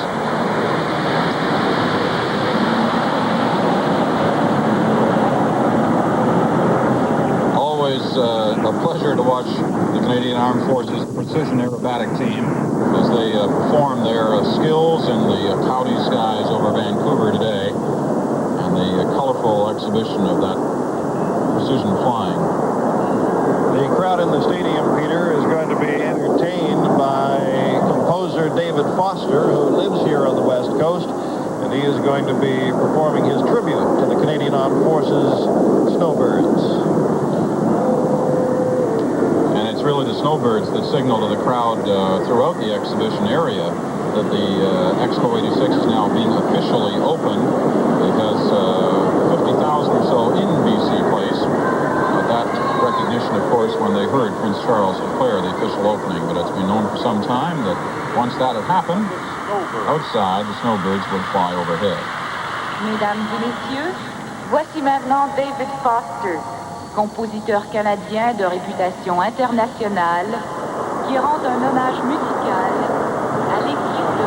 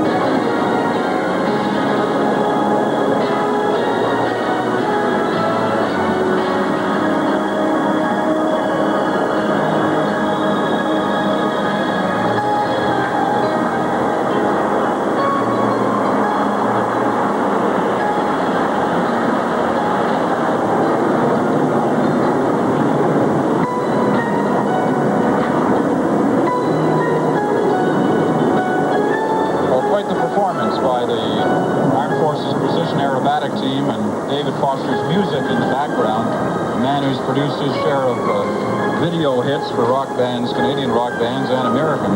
I want to try this combination of his music and the precision of the Canadian Armed Forces.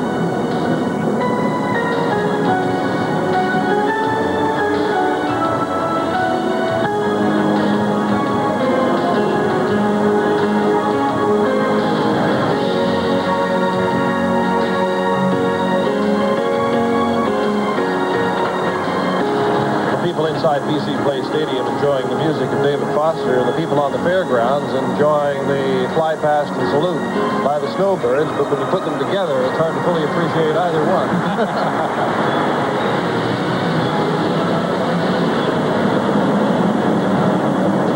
Spectacular sight. Yeah, they're really giving the crowd here quite the treat, because usually on the days like this, when they make this performance, it's very quick and fast overhead. But today they're hanging around for quite a bit. But meanwhile, still in BC Place, in the Dome Stadium, both the Prince and the Princess have yet to see this exhibition outside, and I'm sure Prince Charles would love to catch sight of it, because, of course, Prince, a pilot himself. But the slow procession and motorcade now winding its way outside of, on its final turn through the BC Place area before going outside and touring the final portion of Expo that the royal couple have yet to see, and that's the western end of the Expo 86 site. Yes, people on the site are still going to have an opportunity to get a glimpse of Prince Charles and Diana, the Princess of Wales, as they will be riding on the monorail.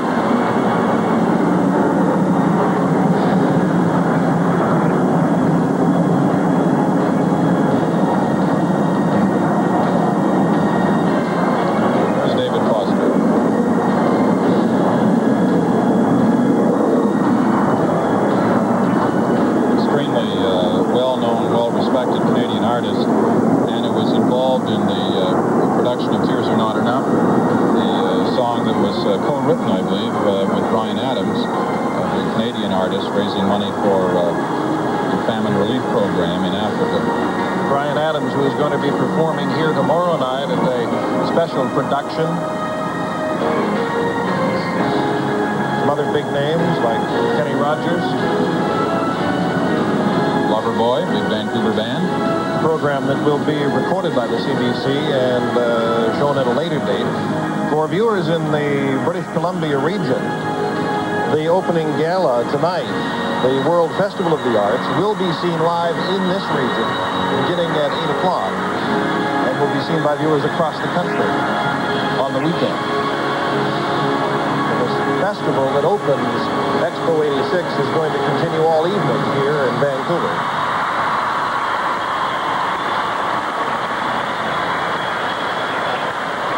Well, it's quite the sight when they put all those banners together and there are cards being held up by members of the audience in different parts. Now the shatter effect is the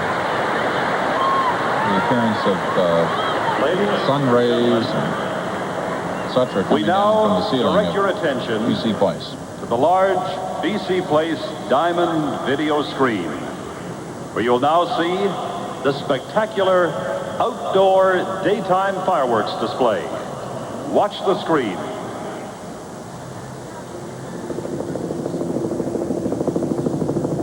Well, they'll have to watch the screen inside, but we'll be able to have this opportunity of watching the actual daylight fireworks outside.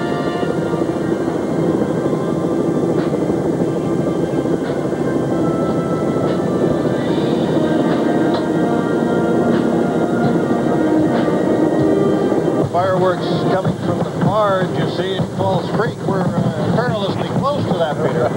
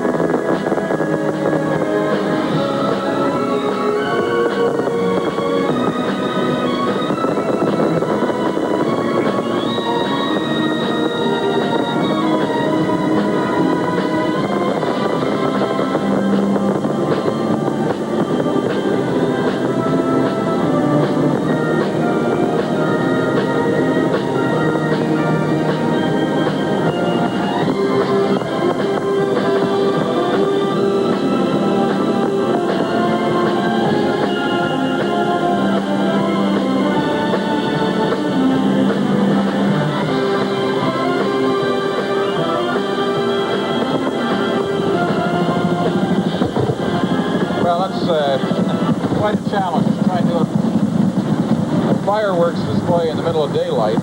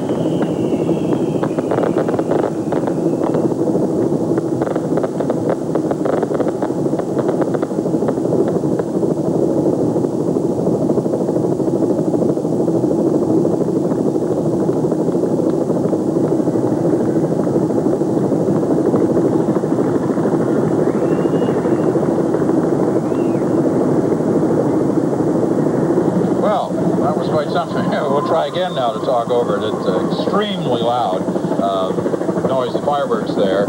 Just offhand, just a couple hundred yards actually from that fireworks display. This is once again the continuing security around here.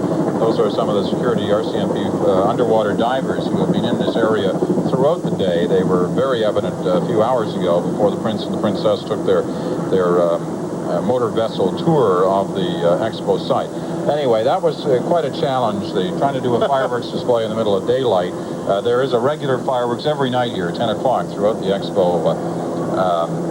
Expo duration of the next 150 days almost. But that was, I'd never seen one during the day before. Well, it occurs to me that the people who have bought luxury townhouses along the Expo site on Falls Creek had better enjoy fireworks, because they're going to have them every night for the next 5.5 months right outside their windows. Yeah, that's quite a performance. They mainly sound this afternoon, as it was difficult to see some of that during the daylight. Nevertheless, quite the thing.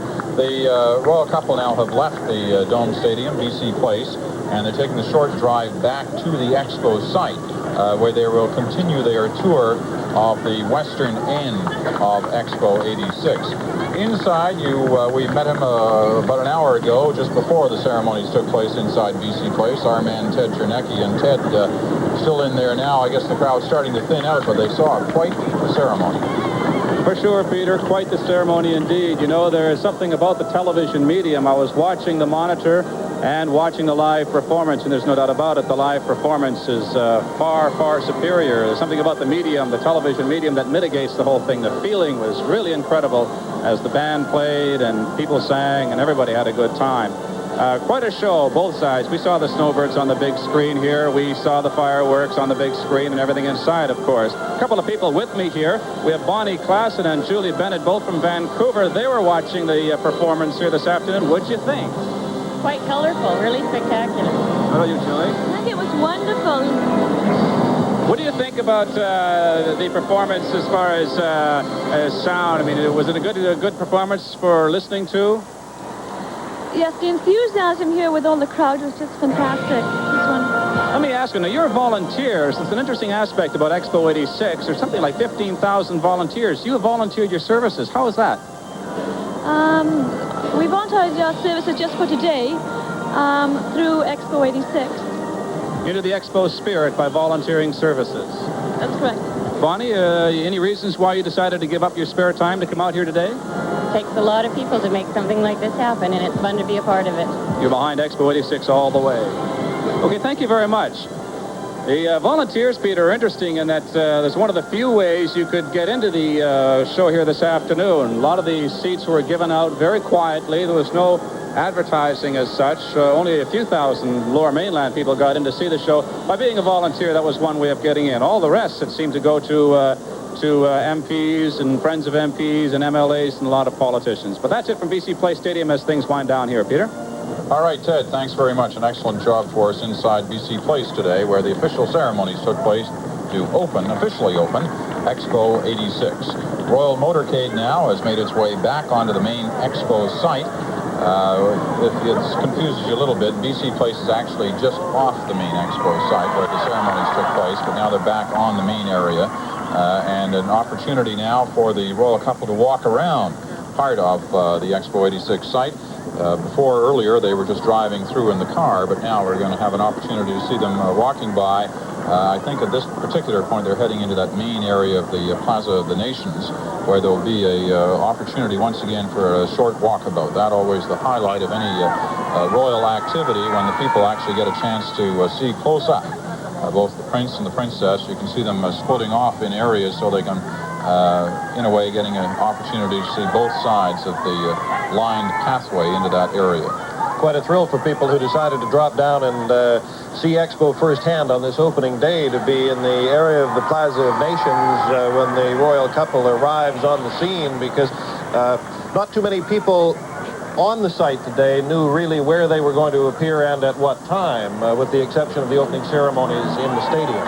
Now, they just came through the main entrance into the Expo site. No, they didn't have to pay for a ticket or anything. They just walked right through there. Well, there's Expo Ernie. Got the brush off, Expo Ernie. I'm sorry about that. But nobody seemed to be too interested in having a chat with you there. Now, wait a minute, they're going back. No, they're not. But Expo Ernie is the official mascot of Expo 86 and is the talking computer. Saw him last night, I'm sure, on the National, talking with Knowlton Nash.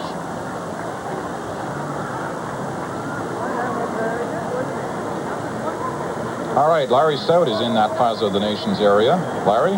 Peter, the Prince and Princess of Wales are right in the midst of the Plaza of Nations, just walking down past the thousands and thousands of people who have waited here very patiently for, some of them for 3 or 4 hours. They're not stopping to shake hands. They're on their way to the monorail, and they're going to get their first ride on the Expo monorail. They're passing right by us now, and people who are working in the souvenir shops are out. Many of the Expo officials are lining the decks above the Plaza of Nations as they make their way to the monorail station.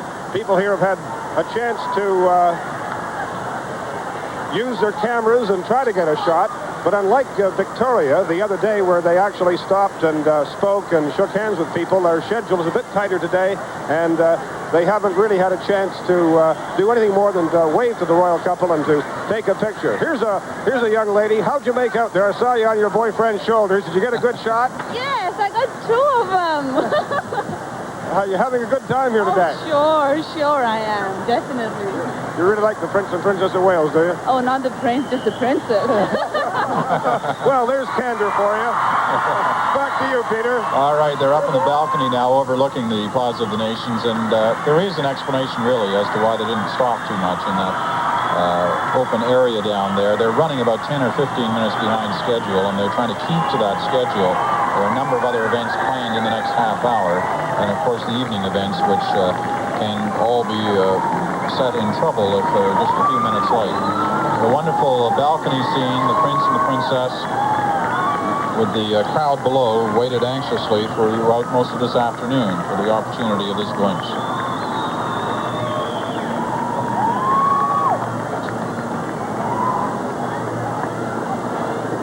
You get a very nice sense from the crowd on the site today, don't you? Especially as the Prince and Princess of Wales go by. You see the smiles, and a really warm feeling sort of emanates from all the people in the general area.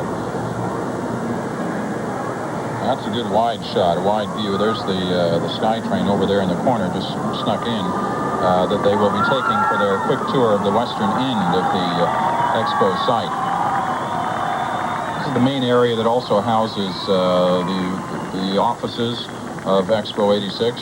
And there's Larry. He's down there in the crowd, looking up there like everybody else. Doesn't that remind you, Larry, that great balcony shot of Buckingham Palace, the wedding day? Peter, at the moment, they've just given this crowd here a thrill of the lifetime by appearing for a few minutes on the balcony. They're now going to go to the monorail and go over to the Kodak Center, where they'll see a short performance, then off to their other royal duties today. But this crowd is really excited. Randy, let's come around here and see if we can talk to some of these people. Hi there. Did you get a good picture of the royal couple? Yes, I have. You're happy to be here today? Yes, I'm staying here for 1 hour to wait to see them. Terrific. All the people are having fun. Back to Peter and Bill.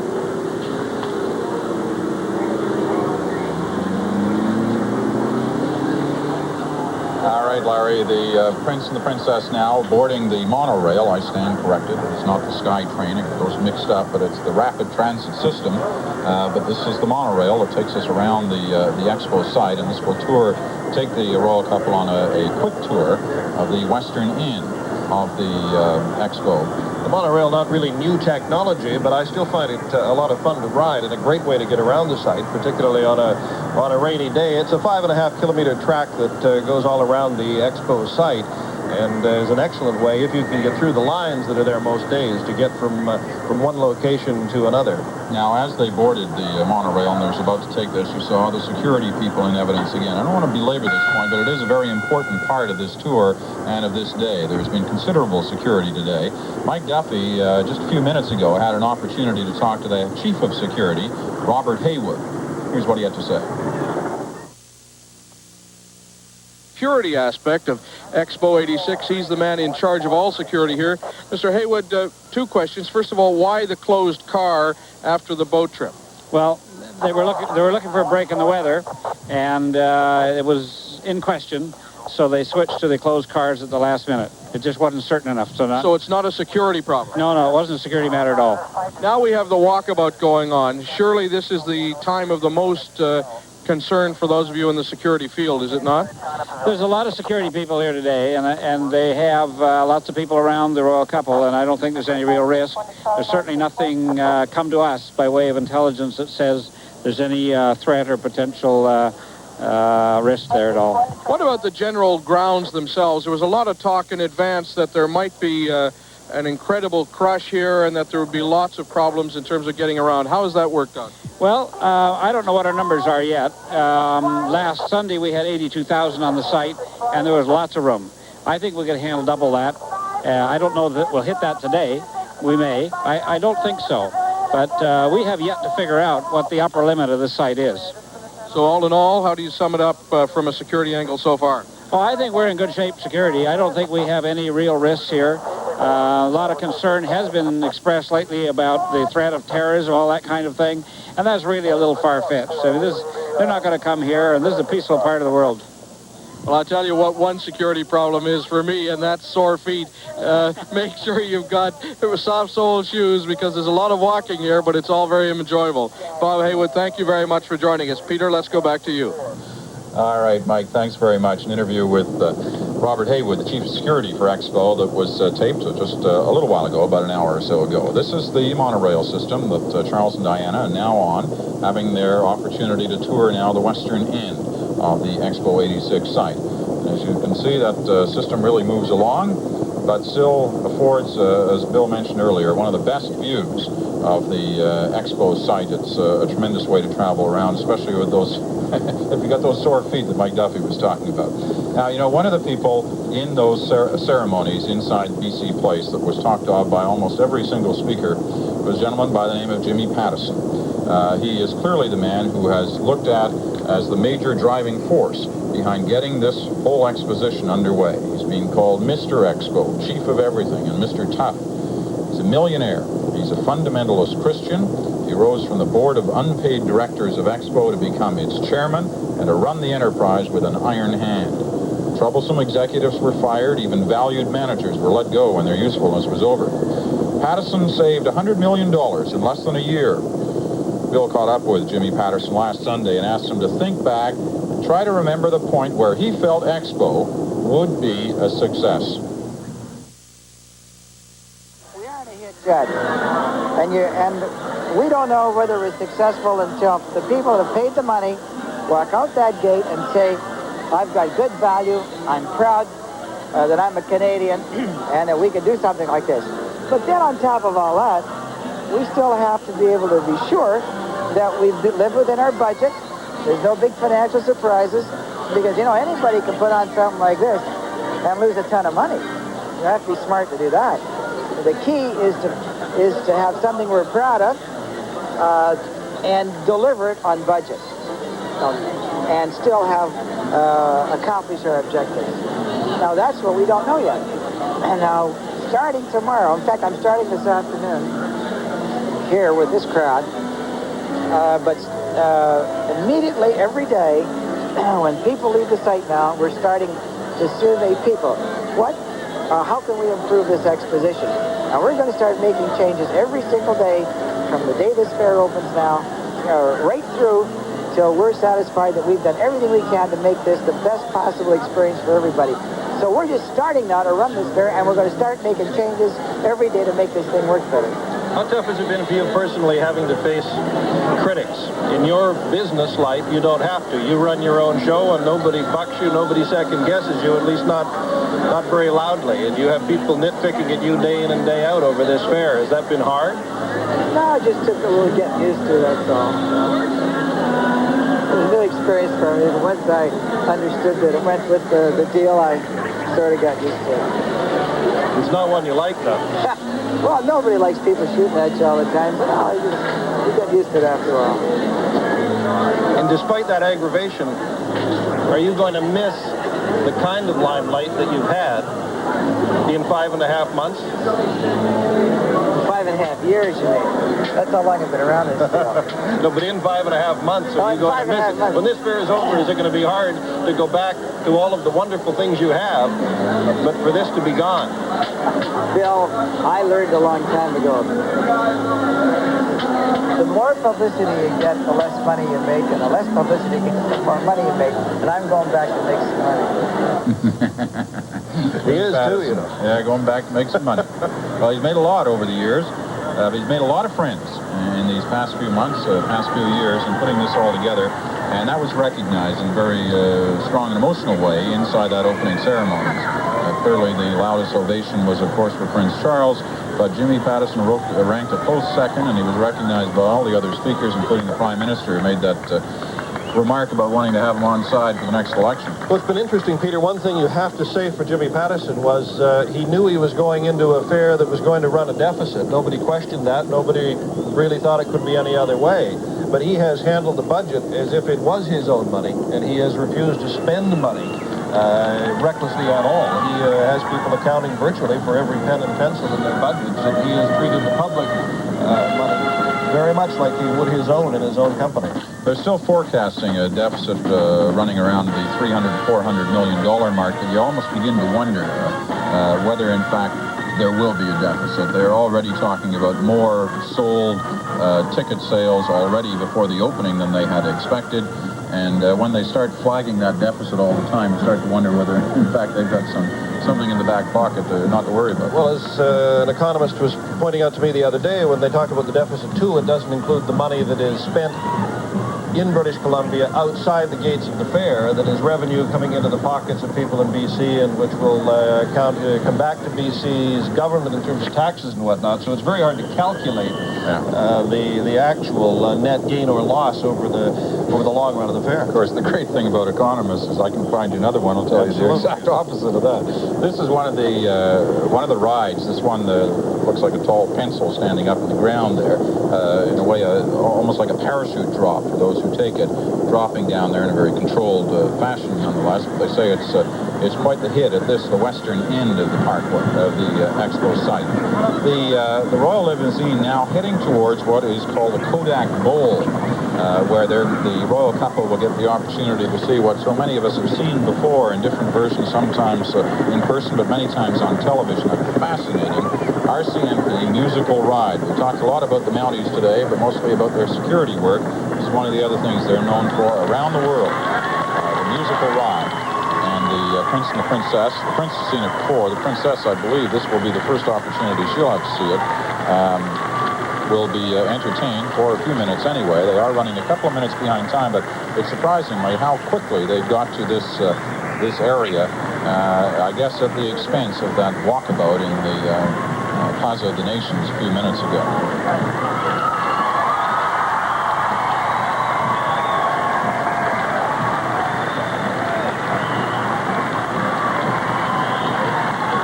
Even up here, you can sense the buzz in the crowd, can't you? Prince Charles and Diana stepped from the car.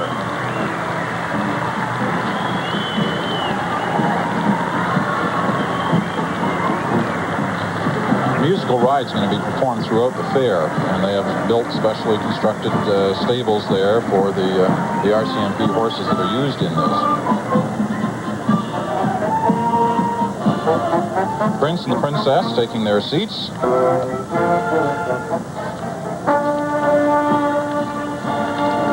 We were talking earlier, much earlier today, of the vessel out of that Royal Harbor Salute this morning. It has on the vessel that's on the back of the old $5 bill. It's the musical ride, of course, is on the back of the $50 bill. Now, mind you, I've never seen one myself, but they tell me that they do have it there.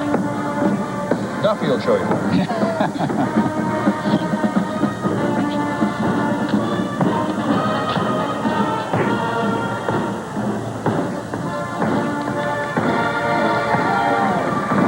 Members of Vancouver's famous Beefeater Band.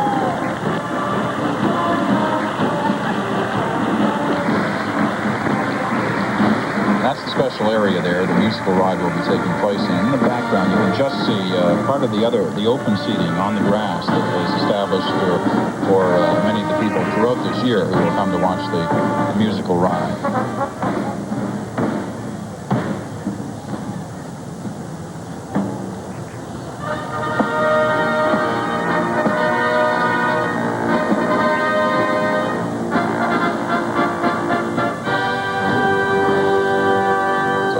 last event to take place, these official ceremonies opening Expo 86 today, the last event for Charles and Diana. Let's watch it, the RCMP musical ride.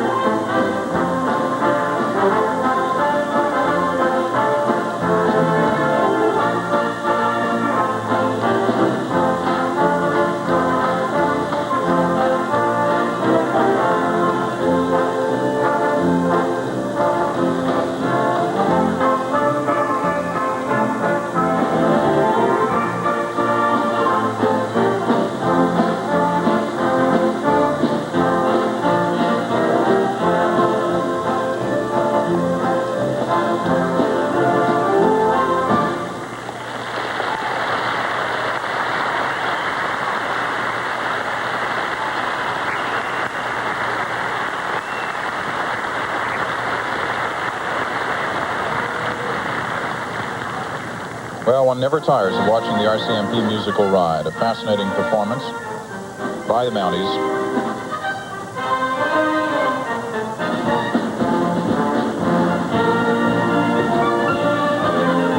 And a lot of people often wonder about the RCMP officers who take part in the musical ride. Is this all they really do? But it isn't. They take at least a 2-month basic and 6-month intermediate course in riding their horses, but that's after they've had at least 2 years police experience.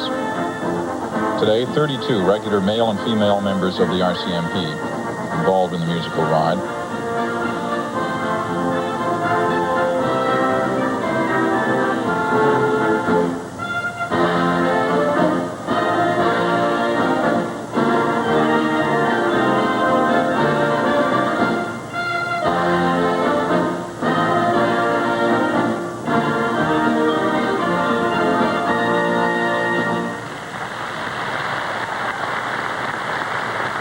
Well, a royal appreciation for the RCMP musical ride. Charles and Diana, the Prince and Princess of Wales, along with Premier Bennett on your right, and Don Mazinkowski, the Federal Minister of Transport, who is now here representing the Prime Minister, who I believe is already headed off to the airport. He's catching a flight to Tokyo tonight for the Economic Summit, which begins there in Japan this weekend.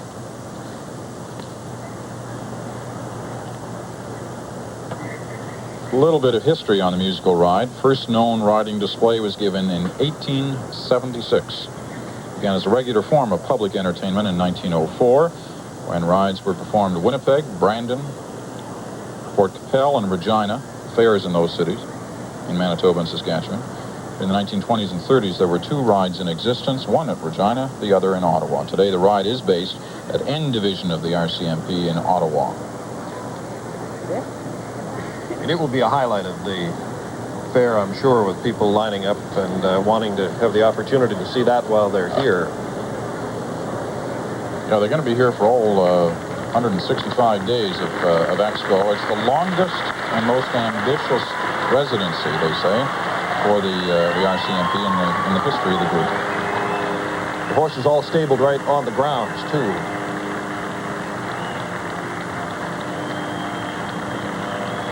And they're known around the world, of course. You know, they're famous here in Canada, but they've been around the world. They've been to Japan, where the Prime Minister's off to now, Belgium, France, Switzerland.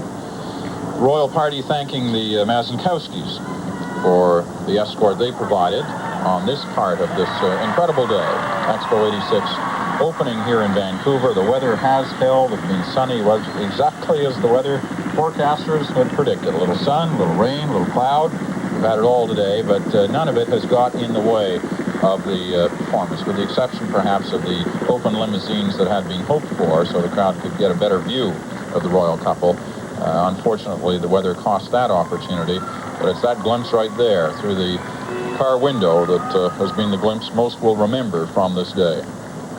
And for the thousands of people who have been down on the fair site and actually at ground level, Peter, I think they've had the opportunity to get a pretty good look at the royal couple as they've passed by, because there isn't the opportunity on this location as there might be in many downtown areas for people to be up in windows and in hotel rooms and whatnot. Most of the people here are at ground level and have had a pretty good opportunity to catch a glimpse. Plus the fact that Prince Charles and Diana were very generous with their time in the walkabouts here and earlier today at Canada Pavilion, although there weren't nearly so many people there in terms of members of the general public, but they have been generally speaking on this tour so far. Now, this wonderful helicopter shot affords you the opportunity to have, once again, a good aerial view of this incredible site. This is the eastern end, as opposed to the western end, where Charles and Diana have now left, and have left the site after what for them has been a long day, officiating at not only the opening of the Canada Pavilion this morning, but here at the major Expo site all this afternoon. Let's go over there to the Kodak Pacific Bowl, where the RCMP musical ride took place, and Charles and Diana were in attendance, to Allison Smith. Allison. Peter, it was a very brief visit here by the royal couple, but it was very exciting nonetheless for the people in the grandstand watching the musical ride and trying to get a glimpse of royalty. I know that, can I talk to you for just a sec? Have you had a good time today? How many chances have you had to see the royal family? 3 times so far, last night and twice today. We were down at Granville Island to see them off, and we decided to come out here just to be part of a big party. It's wonderful. It's just wonderful. These 2 little ones gave them flowers, and so they're really excited. Oh, boy. I noticed you had your binoculars out when they were down there. What do you think of the prince and princess? What kind of flowers did you give them before? Yellow one. Do you think she's pretty? What did you say to her? She's not too sure about that. Let's talk to somebody else here who's been taking part in the fair today. Okay, tell me, what do you think of Expo 86? I think it's terrific. I think it's the best thing that's happened to BC in a long time. Yeah, I've been thrilled with it. Thanks very much. Peter, back to you.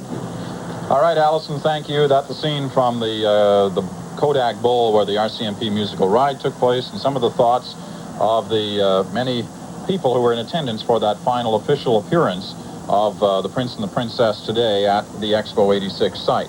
Allison Smith covering the story for us at that end, covering the story for us at another part. What is going to be, they say, one of the hits of Expo are Michael Duffy. And Michael, they say you're on a highway, Highway 86. Where's that? Peter, if someone had said to me that one of the big events, one of the big scenes, one of the big venues at Expo 86 was going to be a strip of concrete covered with various methods of transportation, all painted gray to look like they're concrete, I'd have said, you're crazy. It just won't work. But look what we've seen here.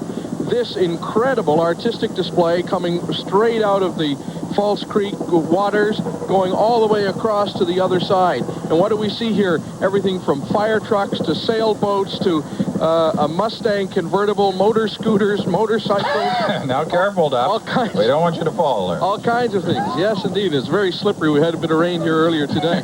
Look at this. This is incredible. Now, you know, let me ask you, would they go for this in PEI? I can't believe it. But look, there are thousands. It definitely has to be red in PEI. Match the soil. Literally thousands of young people here today who are all climbing over and having a great time here. How old are you fellas? 10. Where are you from? Vancouver. What do you think of this Highway 86 with all of these various vehicles? Here you are, you're on a yacht. Yeah, I think it's very interesting. I like it myself. I think it's really good. I like it. It's amazing. People hanging out here, just having a great time, climbing on this thing. We got some guys up here. What do you guys make of all this? Well, it seems pretty cool. Great. It's different anyway, I tell you. I find it hard to believe. And you know something?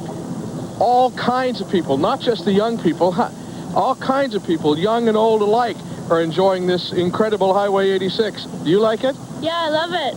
Okay, super. Peter, back to you. Okay, Mike, a great little tour you've given us, not only just that one of Highway 86, but earlier today when you gave us that brief little physics lesson during our morning broadcast.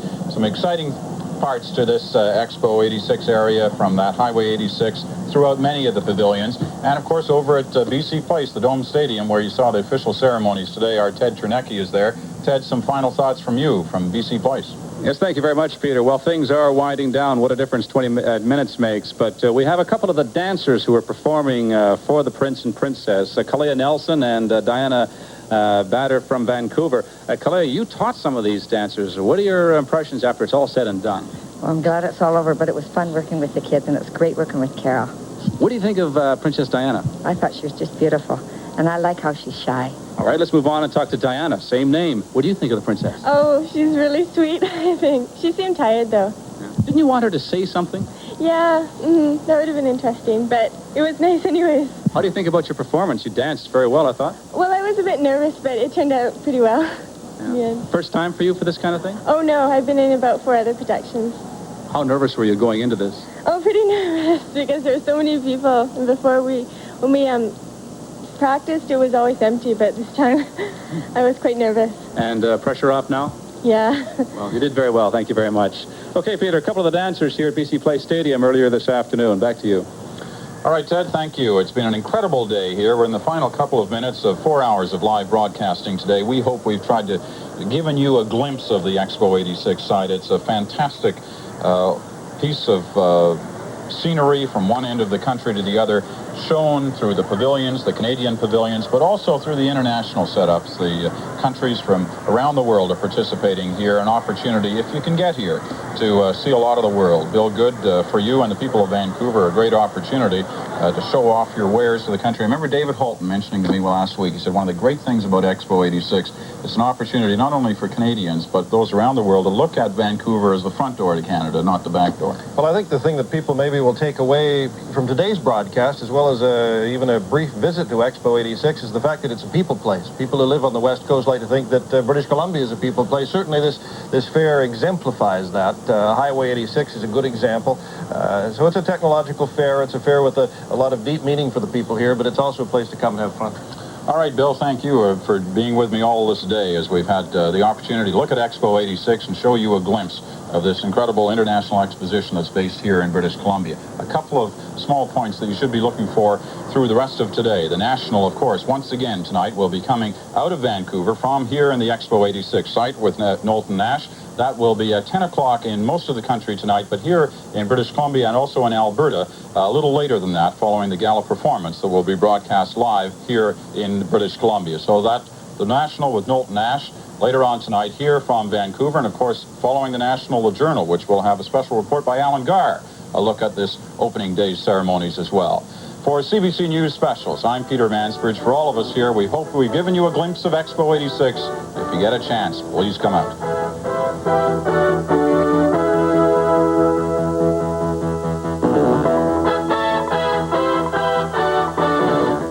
This is CBC Television.